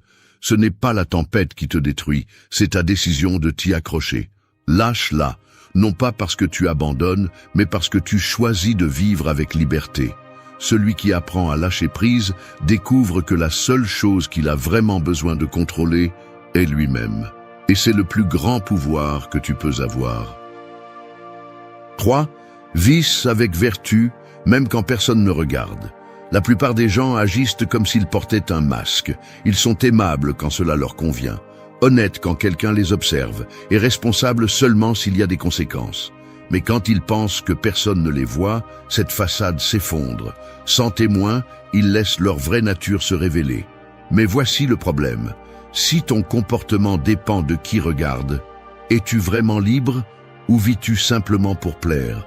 Vivre avec vertu signifie faire ce qui est juste, non pas parce qu'on te récompense ou te reconnaît, mais parce que tu comprends que c'est ton plus grand acte de pouvoir personnel. C'est comme une boussole interne qui pointe toujours vers le nord, peu importe combien le chemin est sombre ou solitaire. La vertu n'a pas besoin d'applaudissements. Sa récompense est la paix de savoir que, quoi qu'il arrive, tu es resté ferme dans tes valeurs. Pense à un phare au milieu d'une tempête. La pluie tombe avec fureur, les vagues se brisent avec violence et l'obscurité enveloppe tout. Mais le phare ne doute pas, ne s'éteint pas. Sa lumière n'existe pas pour être admirée. Elle existe pour guider, pour rester allumée peu importe si quelqu'un la voit. Ainsi doit être ta vertu, une lumière qui ne dépend pas des circonstances, mais de ta propre décision de briller. Mais vivre de cette façon n'est pas facile. La tentation de prendre le chemin facile sera toujours là. Mentir pour éviter un conflit, trahir ta parole pour te faire bien voir ou agir par intérêt déguisé en bonnes intentions. Et le pire, c'est que parfois, personne ne le remarquera. Mais toi, oui, chaque décision que tu prends laisse une marque. C'est comme une pierre jetée dans un lac. Au début, tu ne vois que l'impact, mais les ondes se propagent, touchant tout autour. C'est ainsi que fonctionnent tes actes. Même les plus petits façonnent qui tu es et ce que tu deviens. Maintenant, demande-toi, que fais-tu quand personne ne te regarde? Respectes-tu ta parole, même si personne ne t'y oblige? Es-tu honnête même quand mentir serait plus facile? Aides-tu sans attendre de reconnaissance? Chacune de ces décisions révèle le type de personne que tu es vraiment. Et il n'y a pas de plus grande perte que de te trahir toi-même simplement parce que tu pensais qu'il n'y aurait pas de conséquences. Mais voici la clé. Vivre avec vertu ne signifie pas être parfait. Cela signifie reconnaître quand tu as tort et avoir le courage de le corriger. Il ne s'agit pas de te punir, mais de faire de chaque erreur une opportunité pour renforcer ton caractère. Chaque fois que tu choisis d'agir avec intégrité, peu importe combien c'est difficile, tu deviens quelqu'un de plus fort, de plus libre. Les personnes qui vivent sans vertu pensent qu'elles gagnent du temps, de l'argent ou de la reconnaissance. Mais ce qu'elles perdent vraiment est quelque chose d'inestimable, le respect d'elles-mêmes, parce que quand tu ne peux pas faire confiance à tes propres décisions, qu'est-ce qui te reste ? D'un autre côté, celui qui agit avec droiture, même dans l'ombre, se déplace avec une tranquillité que personne ne peut lui enlever. Quand tu feras face à la prochaine décision difficile, visualise ce phare au milieu de la tempête. Demande-toi, est-ce que cela est en accord avec mes valeurs ou est-ce que je prends le chemin facile ? La vertu n'est pas toujours l'option la plus confortable, mais c'est la seule qui te permettra de dormir avec la conscience tranquille. Et cette tranquillité, ce sentiment de savoir que tu as agi avec honneur, vaut plus que n'importe quelle récompense externe. Peu importe si le monde ne le voit jamais, peu importe si personne ne t'applaudit, parce qu'à la fin de la journée, il n'y a qu'une seule personne qui sera toujours avec toi, observant chaque décision que tu prends, toi-même.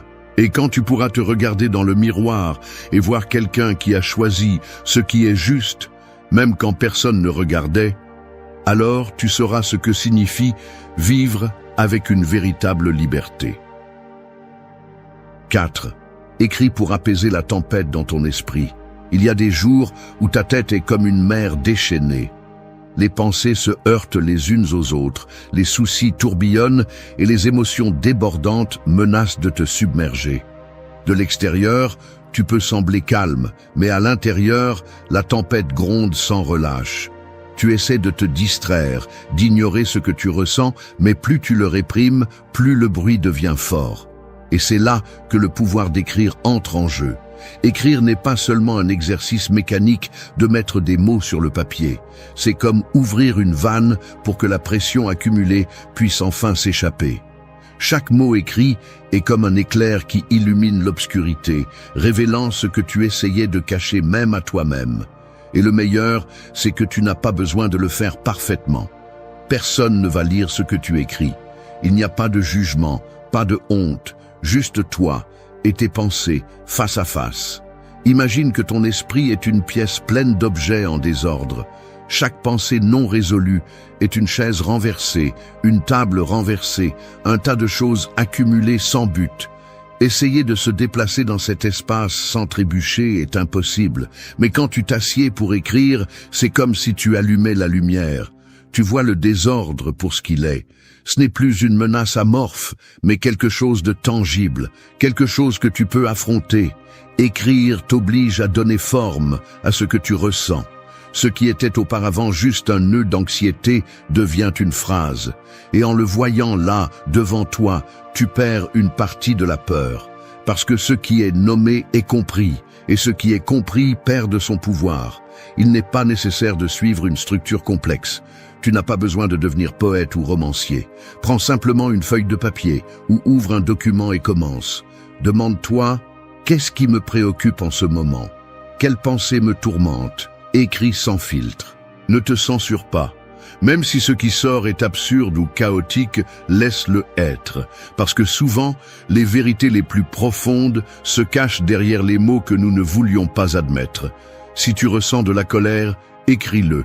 Si la culpabilité te consume, mets-la en mots. Si la tristesse te pèse, donne-lui un nom. Chaque émotion que tu exprimes cesse d'être un ennemi caché et devient quelque chose de gérable. Tu peux même le remettre en question. Est-ce vrai? Ou est-ce juste une histoire que mon esprit a créée? Écrire te donne la distance nécessaire pour voir la réalité plus clairement. Fais-en une habitude. N'attends pas que le chaos éclate pour écrire. Même les jours tranquilles, consacre quelques minutes à exprimer tes pensées. Comme celui qui nettoie une pièce avant que la poussière ne s'accumule, chaque mot écrit est un acte d'ordre mental. Et avec le temps, tu commences à remarquer quelque chose de curieux. Les pensées qui te consommaient n'ont plus le même pouvoir. Et si jamais tu te sens perdu, relis ce que tu as écrit. Tu y trouveras une trace, un témoignage de ta propre résistance. Parce que chaque fois que tu affrontes tes pensées au lieu de les fuir, tu te renforces. Chaque fois que tu transformes le chaos en mots, tu te libères un peu plus. La tempête dans ton esprit ne disparaîtra pas complètement. Mais maintenant, tu auras un refuge. Un endroit où chaque pensée, aussi sombre soit-elle, peut être vue, comprise et finalement laissée derrière. Et ce refuge, construit mot par mot, sera la preuve la plus claire que tu as appris à naviguer au milieu du chaos. 5. Fais du changement ton plus grand maître. Le changement t'arrive sans demander la permission. Parfois tu le ressens comme un vent doux qui te décoiffe, d'autres fois comme un vent violent qui arrache tout ce que tu connaissais. Peu importe combien tu essaies de l'éviter, le changement trouve toujours son chemin. Il peut se déguiser en une opportunité inattendue ou en une perte qui fait mal jusqu'aux os.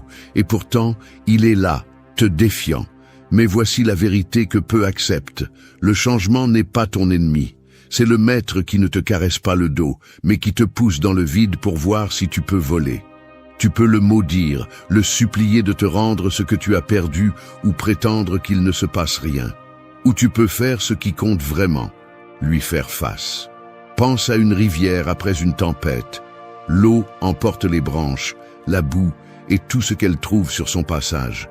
Pour celui qui l'observe depuis la rive, cela semble être un désastre. Mais si tu t'approches, tu verras que ce courant nettoie aussi, oxygène et renouvelle. La rivière n'est jamais la même, et toi non plus. Chaque fois que la vie t'entraîne vers l'inconnu, tu as deux options. Tu peux t'accrocher à ce qui a été, comme celui qui essaie de tenir du sable entre ses doigts, ou tu peux ouvrir les mains et laisser arriver le nouveau. La peur essaiera toujours de te convaincre que le passé était meilleur. Elle te dira que sans ce que tu as perdu, tu ne pourras pas continuer. Mais la peur ment. Ce qui t'empêche vraiment d'avancer n'est pas le changement, c'est ta résistance à lui. Quand quelque chose se brise, la première réaction est souvent de se demander « Pourquoi moi ?» Mais ce n'est pas la question qui t'aidera. La vraie question est « Qu'est-ce que je peux apprendre de ça ?» Cette simple question transforme la douleur en sagesse. Il ne s'agit pas de nier ce que tu ressens, mais de comprendre que chaque chute te révèle quelque chose sur toi. La déception te montre où tu as placé trop d'attentes.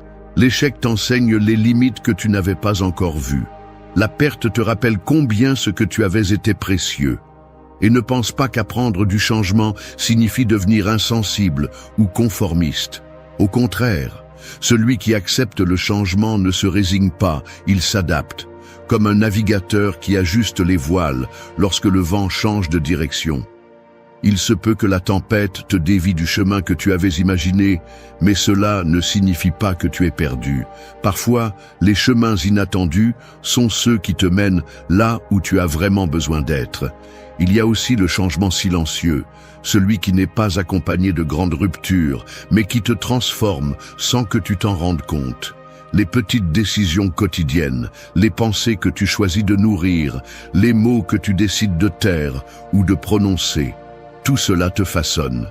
Si tu regardes en arrière, tu remarqueras que tu n'es pas la même personne que tu étais il y a 1 an. Et c'est bien, parce que chaque version de toi-même a quelque chose à t'enseigner. Quand tu sens que le changement te submerge, fais une pause. Demande-toi, est-ce que je lutte contre l'inévitable ou suis-je prêt à apprendre? Peu importe si en ce moment tu ne vois que le chaos. Avec le temps, les pièces trouveront leur place. Et si tu décides d'apprendre, chaque blessure deviendra une marque de croissance. Souviens-toi de ceci, la rivière ne s'excuse pas de couler. L'arbre ne craint pas de perdre ses feuilles en automne. Le ciel ne demande pas la permission de devenir sombre avant une tempête. Tout dans la nature change sans résistance, parce qu'elle comprend que le changement n'est pas la fin, c'est une partie du cycle. Tu fais aussi partie de ce cycle. Alors la prochaine fois que le changement frappe à ta porte, n'essaie pas de la fermer. Ouvre-la, regarde-le dans les yeux. Demande-lui ce qu'il est venu t'apprendre. Et quand tu le feras, tu découvriras quelque chose que peu comprennent. Tu n'es pas quelqu'un qui survit au changement. Tu es quelqu'un qui renaît à travers lui. 6. Range ton espace et tu verras comment ton esprit se range. Ton environnement est un miroir. Chaque objet déplacé, chaque montagne de vêtements accumulés, chaque bureau encombré de papier parle sans dire un mot. Il reflète le bruit que tu portes en toi, les décisions reportées, les pensées désordonnées. Et même si tu ne le remarques pas immédiatement, vivre au milieu du chaos externe finit par contaminer ton esprit. Imagine entrer dans une pièce où tout est en désordre. Les câbles emmêlés, les verres oubliés, les chaises désordonnées. Dans cet espace, même les tâches les plus simples deviennent lourdes. Et il en va de même en toi. Un esprit saturé de soucis et de pensées inachevées fonctionne comme une pièce encombrée. Tout coûte le double, chaque pas est maladroit et chaque tentative d'avancer se sent comme une bataille. Ranger ton espace n'est pas seulement une question esthétique, c'est un outil pour éliminer le bruit mental. Chaque fois que tu nettoies, que tu décides, que tu te débarrasses de l'inutile ou que tu attribues une place aux choses, tu entraînes ton esprit à faire de même. L'acte de mettre de l'ordre à l'extérieur devient une pratique pour mettre de l'ordre à l'intérieur. Il ne s'agit pas d'aspirer à un espace parfait comme ceux que tu vois dans les magazines. Il s'agit de faire en sorte que chaque objet de ton environnement ait un but.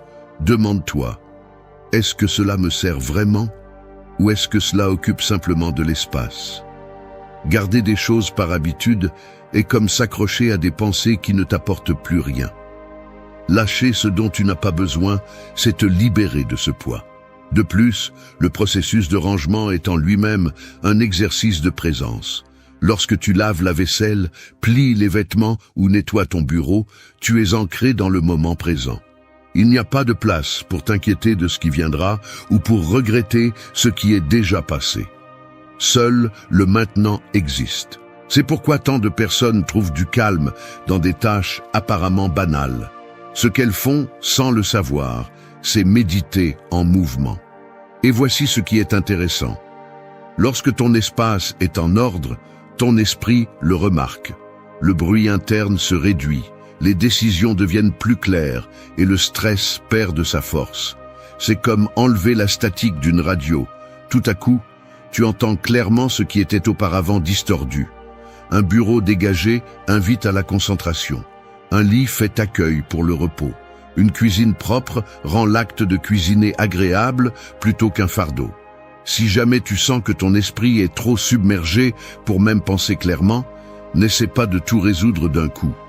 Commence par ce que tu as devant toi. Range un coin, une table, un tiroir. Avec chaque petit acte d'ordre, tu sentiras comment quelque chose en toi s'aligne aussi. Et le meilleur, c'est que ce changement ne s'arrête pas là. Une fois que tu as ressenti le soulagement d'un espace ordonné, tu commences à appliquer le même principe dans d'autres aspects de ta vie. Lorsque tu organises ton environnement, tu ne ranges pas seulement des objets. Tu ranges des idées, des décisions et des émotions. Chaque chose à sa place, chaque pensée à sa place. Et au milieu de tout cela, tu découvres quelque chose qui a toujours été là, caché sous le désordre.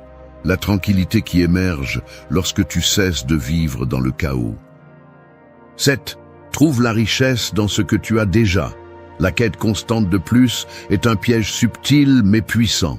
Plus d'argent, plus de succès, plus de reconnaissance. Tu te convaincs que tu ne seras heureux que lorsque tu atteindras le prochain objectif, lorsque tu obtiendras cet objet que tu désires tant, ou lorsque tu arriveras enfin à ce point imaginaire où tout ira bien. Mais la vérité est que peu importe combien tu obtiens, cela ne sera jamais suffisant si tu n'apprends pas à apprécier ce que tu as déjà. Vivre en poursuivant ce qui te manque, c'est comme courir dans une roue de hamster. Tu avances, tu te fatigues, tu transpires. Mais à la fin de la journée, tu es toujours au même endroit, épuisé et vide. Pendant ce temps, ce qui compte vraiment, ta santé, tes relations, ton temps, est relégué au second plan. Et l'ironie, c'est que souvent, tu n'apprécies ce que tu as que lorsque tu le perds. Trouver la richesse dans ce que tu as déjà ne signifie pas te contenter ou renoncer à tes ambitions. Cela signifie reconnaître que, même si tu continues à aspirer à plus, la plénitude ne dépend pas de ce que tu obtiens, mais de la façon dont tu vois ce qui t'entoure. Un verre d'eau froide quand tu as soif, le bruit du vent traversant les feuilles, le rire de quelqu'un que tu aimes. C'est ça la richesse. Et elle est disponible pour toi dès maintenant, si tu décides de la remarquer. Pense à quelqu'un qui désire toujours le prochain objet matériel. Il achète le téléphone le plus moderne, mais en quelques mois, il ne le trouve plus spécial. Il obtient une promotion au travail, mais se sent bientôt tout aussi insatisfait.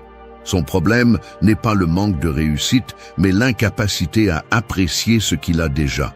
Tant qu'il ne cultive pas la gratitude, toute victoire sera éphémère. D'un autre côté, il y a ceux qui possèdent peu, mais qui apprécient tout. Ils savourent chaque repas, profitent des conversations simples et trouvent de la beauté dans le quotidien. Leur richesse ne se mesure pas en chiffres, mais en leur capacité à vivre pleinement le moment présent. La différence entre les deux ne réside pas dans ce qu'ils ont, mais dans la façon dont ils le perçoivent. Pratiquer la gratitude n'est pas un exercice superficiel de répétition de phrases positives. C'est une décision consciente de regarder ce que tu as avec des yeux neufs.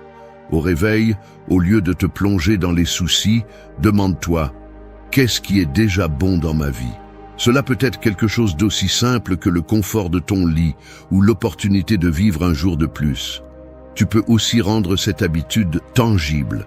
Garde un cahier où, chaque soir, tu écris 3 choses pour lesquelles tu te sens reconnaissant. Peu importe qu'elles soient grandes ou petites. Ce qui compte, c'est qu'avec le temps, tu entraîneras ton esprit à reconnaître l'abondance qui passait auparavant inaperçue. Et le plus curieux, c'est que lorsque tu apprends à apprécier ce que tu as, tu cesses de sentir que tu manques de temps. Tu n'as pas besoin d'attendre de perdre quelque chose pour te rendre compte de sa valeur.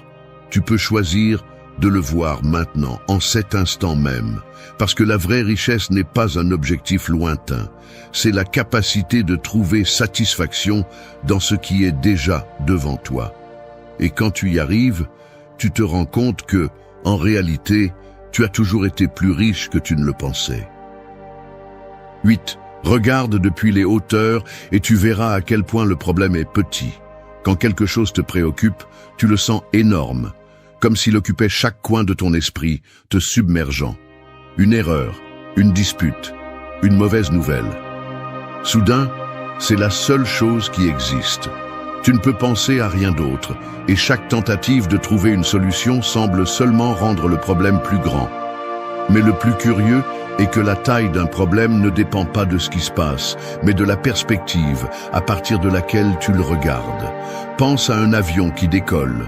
Depuis la piste, les villes semblent immenses, les bâtiments se dressent de manière imposante et les rues sont bondées de voitures et de personnes. Mais à mesure que l'avion prend de l'altitude, tout change. Ce qui semblait auparavant accablant n'est maintenant qu'un point à l'horizon. C'est ainsi que fonctionne ton esprit. Lorsque tu te permets d'élever ta perspective, tu te rends compte à quel point beaucoup de choses qui te volent la paix aujourd'hui sont insignifiantes. Le problème n'est pas l'existence du défi, mais l'endroit d'où tu l'observes. De près, n'importe quel problème peut sembler dévastateur. Mais si tu fais un pas en arrière et que tu le contemples avec une vision plus large, tu le verras pour ce qu'il est vraiment. Une petite partie de ta vie, pas toute ta vie. Demande-toi, est-ce que cela aura encore de l'importance dans une semaine, un mois, un an? La plupart des choses qui te tourmentent aujourd'hui s'évanouiront avec le temps. Les paroles blessantes seront oubliées. Les erreurs deviendront des leçons et les déceptions cesseront de faire mal. Tout ce qui semble définitif maintenant, avec suffisamment de distance, devient un simple souvenir. Même les plus grandes pertes, aussi douloureuses soient-elles, trouvent avec le temps leur place dans ton histoire. Non pas parce qu'elles cessent d'être importantes, mais parce que tu apprends à les voir comme des chapitres, pas comme la fin du livre. La vie continue, et chaque pas que tu fais t'éloigne un peu plus de cette douleur, te permettant de regarder en arrière sans être consumé. Pratiquer cette vision depuis les hauteurs ne signifie pas ignorer ce que tu ressens. Au contraire, cela signifie reconnaître la douleur sans te laisser définir par elle. Cela signifie accepter que, même si le problème est réel, tu es plus grand que lui. Chaque fois que tu te sens coincé, ferme les yeux et visualise ce que serait de voir ta vie d'en haut. Pas comme une victime du moment, mais comme quelqu'un qui traverse ce défi. Tu peux aussi regarder encore plus loin. Pense aux étoiles, à l'immensité de l'univers. La Terre, avec ses mers, ses montagnes et ses villes, n'est qu'un minuscule point suspendu dans le vide. Et toi, avec toutes tes préoccupations et tes peurs, tu fais partie de ce point. Cela ne minimise pas ton existence, au contraire, cela lui donne de la perspective. Comprendre à quel point tu es petit face à la vastitude du cosmos peut être terrifiant, mais aussi libérateur.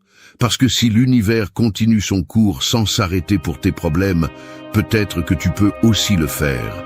Peut-être que tu peux trouver dans cette petitesse un rappel que même si la douleur semble immense, la vie continue.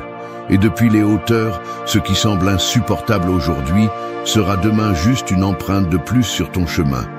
Chaque fois que tu te sens submergé, souviens-toi de ceci.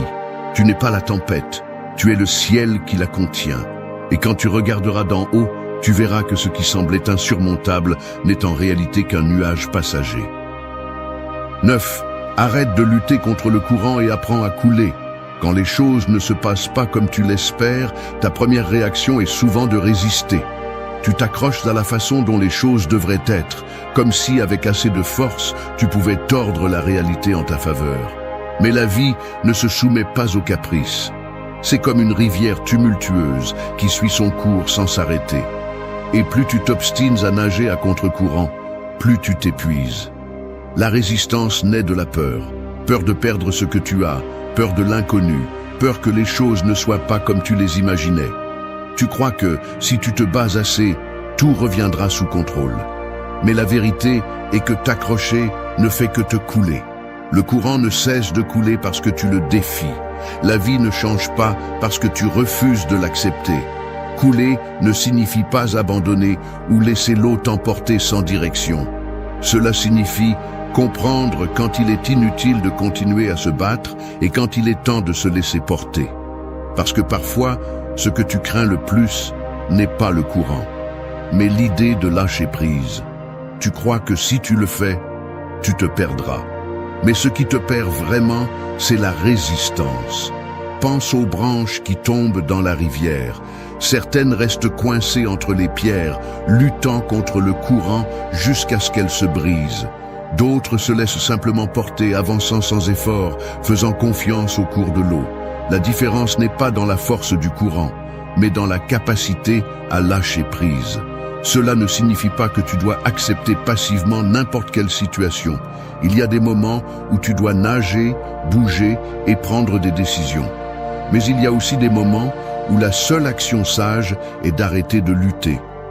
Lorsque tu perds un travail, lorsqu'une relation se termine, lorsqu'un plan échoue, ta résistance ne fait que prolonger la douleur. En revanche, si tu acceptes ce qui s'est passé et te permets d'avancer, tu découvriras que le courant te mène à des endroits que tu n'aurais jamais imaginés. Accepter n'est pas la même chose que se résigner. Cela ne signifie pas que ce qui s'est passé était juste ou qu'il n'y a pas de douleur. Cela signifie reconnaître que ce qui est arrivé fait désormais partie de ton histoire et que rester accroché à ce qui a été ne changera pas le présent. En lâchant prise, tu ne libères pas seulement la situation, tu te libères aussi toi-même. Lorsque tu es confronté à quelque chose que tu ne peux pas contrôler, demande-toi, est-ce que je lutte contre le courant ou est-ce que je permets à la vie de suivre son cours? Si ce à quoi tu fais face peut être changé, agis. Mais si ce n'est pas entre tes mains, apprends à lâcher prise. Observe comment ton esprit se calme lorsque tu arrêtes de résister. La peur perd de sa force, la frustration se dissipe, et à sa place émerge quelque chose que tu n'attendais pas, la paix. Et le plus curieux, c'est que lorsque tu apprends à couler, la vie a tendance à te surprendre. Là où tu voyais auparavant une impasse, un nouveau chemin apparaît. Ce qui semblait être une perte se transforme en opportunité, parce que lorsque tu arrêtes de dépenser ton énergie sur ce que tu ne peux pas changer, tu as enfin la force de te concentrer sur ce que tu peux. N'aie pas peur de lâcher prise. Le courant sait où il va. Et si tu as assez confiance pour te laisser porter, tu découvriras que le véritable pouvoir n'est pas de contrôler la vie, mais d'apprendre à bouger avec elle. À la fin, celui qui coule ne perd pas le cap. Il trouve simplement une destination différente de celle qu'il imaginait. Et bien souvent, elle est bien meilleure. Il y a des moments où parler, c'est se rendre. Quand on te crie dessus, quand on te sous-estime, quand on te plante le poignard de l'indifférence, là, si tu réponds par des mots, tu as déjà perdu. Parce que tu essaies de convaincre quelqu'un qui ne veut pas t'écouter. Tu essaies de défendre quelque chose qui, si c'était vraiment à toi, tu n'aurais pas besoin de justifier. Nous vivons à une époque bruyante. Tout le monde a une opinion, tout le monde critique, tout le monde veut avoir le dernier mot. Mais plus tu parles, plus tu te vides. Tu perds de la force, tu perds du respect et le pire de tout, tu perds le contrôle de toi-même. Le silence stoïque n'est ni indifférence, ni lâcheté. C'est une stratégie, c'est du pouvoir. C'est regarder le chaos dans les yeux sans bouger d'un centimètre. C'est comprendre que le feu ne s'éteint pas avec plus de feu. Il se consume seul quand tu lui enlèves l'oxygène. Quand tu choisis le silence, tu retrouves la paix. Mais pas n'importe quelle paix. Une paix qui impose, un calme qui dérange, une tranquillité qui crie plus fort que n'importe quel mot. Et oui, ça peut faire mal. Se taire quand on te provoque, quand on t'insulte, quand on veut t'humilier. Mais c'est là que se forge le caractère, en ne leur donnant pas le spectacle qu'ils attendent, en leur montrant qu'ils n'ont pas le pouvoir de te sortir de toi-même. Cette vidéo n'est pas pour ceux qui cherchent la vengeance, elle est pour ceux qui cherchent le respect, pour ceux qui en ont marre de tomber dans le jeu des autres, pour ceux qui sont prêts à arrêter de réagir et à commencer à se gouverner. Aujourd'hui, tu vas apprendre 8 façons d'utiliser le silence comme une arme, 8 façons de te transformer de l'intérieur sans dire un seul mot. Parce que parfois, la chose la plus puissante que tu peux dire, c'est absolument rien. 1. Frappe avec le silence, pas avec la voix. Quand quelqu'un t'attaque, la première chose qu'il veut est une réaction. Il ne veut pas te comprendre, il ne veut pas t'écouter, encore moins te respecter. Tout ce qu'il cherche, c'est à te faire tomber, à te faire sortir de toi-même, à te faire perdre tes moyens.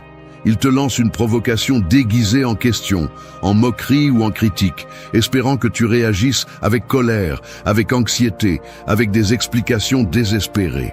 Parce qu'à ce moment-là, tu ne parles pas depuis ton centre, tu implores la validation. Et c'est là que tu perds. Perdre ne ressemble pas toujours à une défaite. Parfois, il semble que tu gagnes la discussion, que tes arguments sont plus forts, que tu as réussi à laisser l'autre personne sans mots. Mais si tu as dû perdre ton calme pour y arriver, tu t'es abaissé. Tu es entré dans le jeu qu'on t'a mis en face. Tu as cessé d'être toi-même. Celui qui contrôle l'énergie du moment gagne. Celui qui n'a pas besoin d'élever la voix pour que sa présence se fasse sentir gagne. Celui qui ne s'explique pas parce qu'il se comprend tout seul gagne. C'est ce que fait le silence. Il désarme.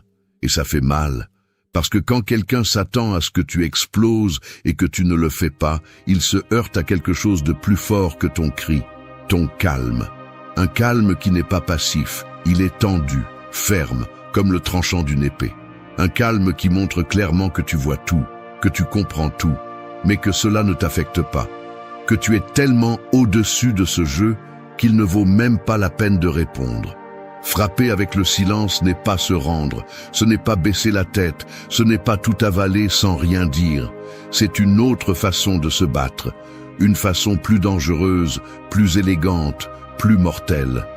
Parce que quand tu te tais avec intention, avec maîtrise de soi, avec présence, l'autre personne se voit elle-même dans le vide, elle s'entend seule, elle se sent ridicule. Sans t'en rendre compte, tu lui montres à quel point tout ce bruit était inutile. Le stoïcisme comprenait cela à la perfection. Épictète disait que l'important n'est pas ce qui se passe, mais comment tu réagis. Et réagir n'est pas toujours agir. Parfois, la réaction la plus puissante est de ne pas bouger, de ne pas parler, de ne pas répondre. C'est laisser l'autre se briser contre sa propre énergie, qu'il se consume seul, sans ton carburant émotionnel. Parce que plus ils crient et plus ils insistent, plus ils se trahissent, plus ils montrent ce qu'ils sont. Et toi, pendant ce temps, tu restes intact. Frapper avec la voix est facile. N'importe qui peut crier. N'importe qui peut dire la première chose qu'il ressent. Mais crier n'est pas du pouvoir. Crier, c'est ce que fait quelqu'un qui a perdu le contrôle, qui est désespéré d'avoir raison, qui a besoin de gagner pour se sentir valable. En revanche, le silence ne cherche pas à gagner. Il cherche à se maîtriser. Il cherche à conserver la force. Il cherche à décider clairement quand parler et quand ne pas le faire. Et voici le secret. Quand tu choisis le silence, tu gagnes du temps. Du temps pour réfléchir, du temps pour voir la situation de haut, du temps pour décider si cela vaut la peine d'agir ou s'il vaut mieux lâcher prise. Tu utilises le silence comme un bouclier, mais aussi comme une épée. Parce que chaque mot que tu gardes n'est pas une faiblesse, c'est une affirmation que tu décides. Tu choisis quand parler, tu choisis quand il vaut la peine d'entrer en bataille. Le silence met mal à l'aise, parce que celui qui ne réagit pas ne peut pas être manipulé.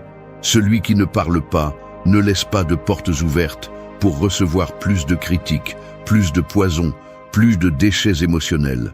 Celui qui garde le silence devient imprévisible.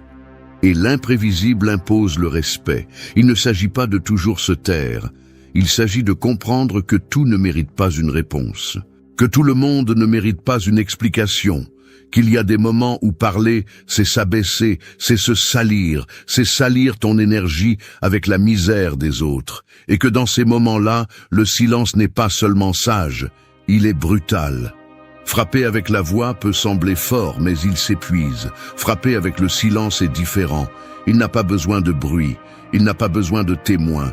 Il a juste besoin que tu restes ferme, sans peur, sans hâte, sans besoin de prouver quoi que ce soit. Parce que celui qui a le contrôle n'a pas besoin de le prouver. 2. Qu'il te cherche dans l'écho. Le silence est comme une ombre qui marche avec toi. Il ne fait pas de bruit, mais il est là. Il ne s'impose pas, mais il se fait sentir. Il entre dans la pièce avant toi et reste après ton départ. C'est une présence sans parole, c'est un impact sans effort, et celui qui maîtrise son ombre maîtrise son pouvoir. Parler trop te rend prévisible, ça t'expose, ça t'use. Les gens arrêtent de t'écouter attentivement parce qu'ils savent que tu vas toujours répondre, que tu seras toujours là pour te justifier, te défendre ou expliquer chaque émotion qui se lit sur ton visage. Mais celui qui sait garder le silence devient un mystère. Et ce que l'on ne comprend pas, on le respecte ou on le craint. C'est l'avantage de celui qui décide de disparaître de la conversation sans disparaître de la scène. Le silence a un écho. Il laisse une vibration dans l'air qui oblige l'autre à se regarder, à se poser des questions, à imaginer ce que tu pourrais penser, ce que tu ressens vraiment, ce que tu pourrais être sur le point de dire. Cet écho pèse plus que n'importe quel argument, car il oblige l'autre à construire ton message dans son esprit. Et dans cet effort pour te déchiffrer, naît le respect, naît le doute, naît le besoin de te comprendre. Dans un monde désespéré d'opiner, celui qui se tait devient magnétique. Non pas pour ce qu'il dit, mais pour ce qu'il n'a pas besoin de dire. Non pas pour ce qu'il montre, mais pour ce qu'il laisse cacher à dessein. C'est comme si, au milieu de tout ce bruit, surgissait une pause que personne n'a demandée, mais que tout le monde ressent. Une pause dense, puissante, qui coupe l'air. Une pause qui te fait tourner la tête et regarder celui qui ne dit rien, juste pour confirmer qu'il est toujours là. Et oui, il est là, en silence, mais plus présent que quiconque. Il ne s'agit pas de devenir inaccessible ou de se taire par peur, c'est une décision consciente. C'est savoir que ta voix vaut plus quand tu ne l'utilises pas tout le temps. Que ta parole est une ressource précieuse, pas quelque chose que tu distribues par anxiété ou par besoin d'approbation. La voix du sage est réservée pour ce qui est nécessaire, pas pour nourrir le vide des autres. Celui qui te respecte vraiment te cherchera même en ton absence, même dans cet espace que tu laisses en blanc. Parce que le silence devient un filtre. Il sépare ceux qui voulaient seulement te manipuler de ceux qui te valorisent vraiment.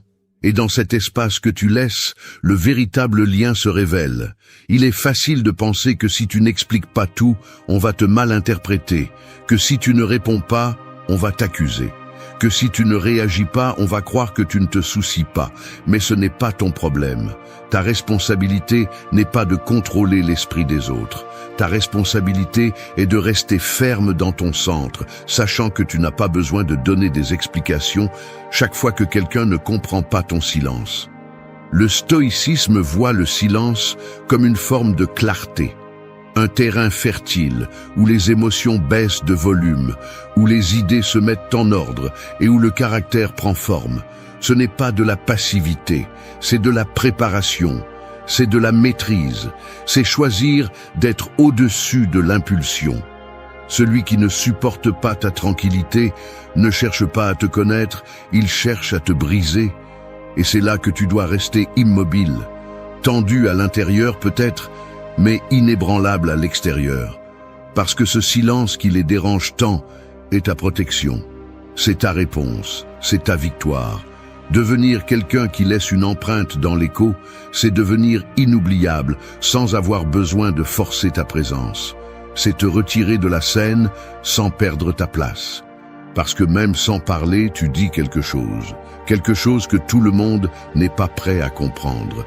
Et c'est là que réside la force. Être si solide à l'intérieur que tu n'as pas besoin de crier pour être entendu. Si ferme dans ta valeur que tu n'as pas besoin de l'expliquer. Si clair avec toi-même que ton âme ne tremble pas de ne pas répondre. Parce que celui qui sait ce qu'il vaut, sait que le silence a aussi une voix. Seulement, tout le monde ne l'entend pas. 3. Renverse des empires avec indifférence. Il y a des regards qui brûlent plus que 1000 mots et des silences qui font trembler les trônes.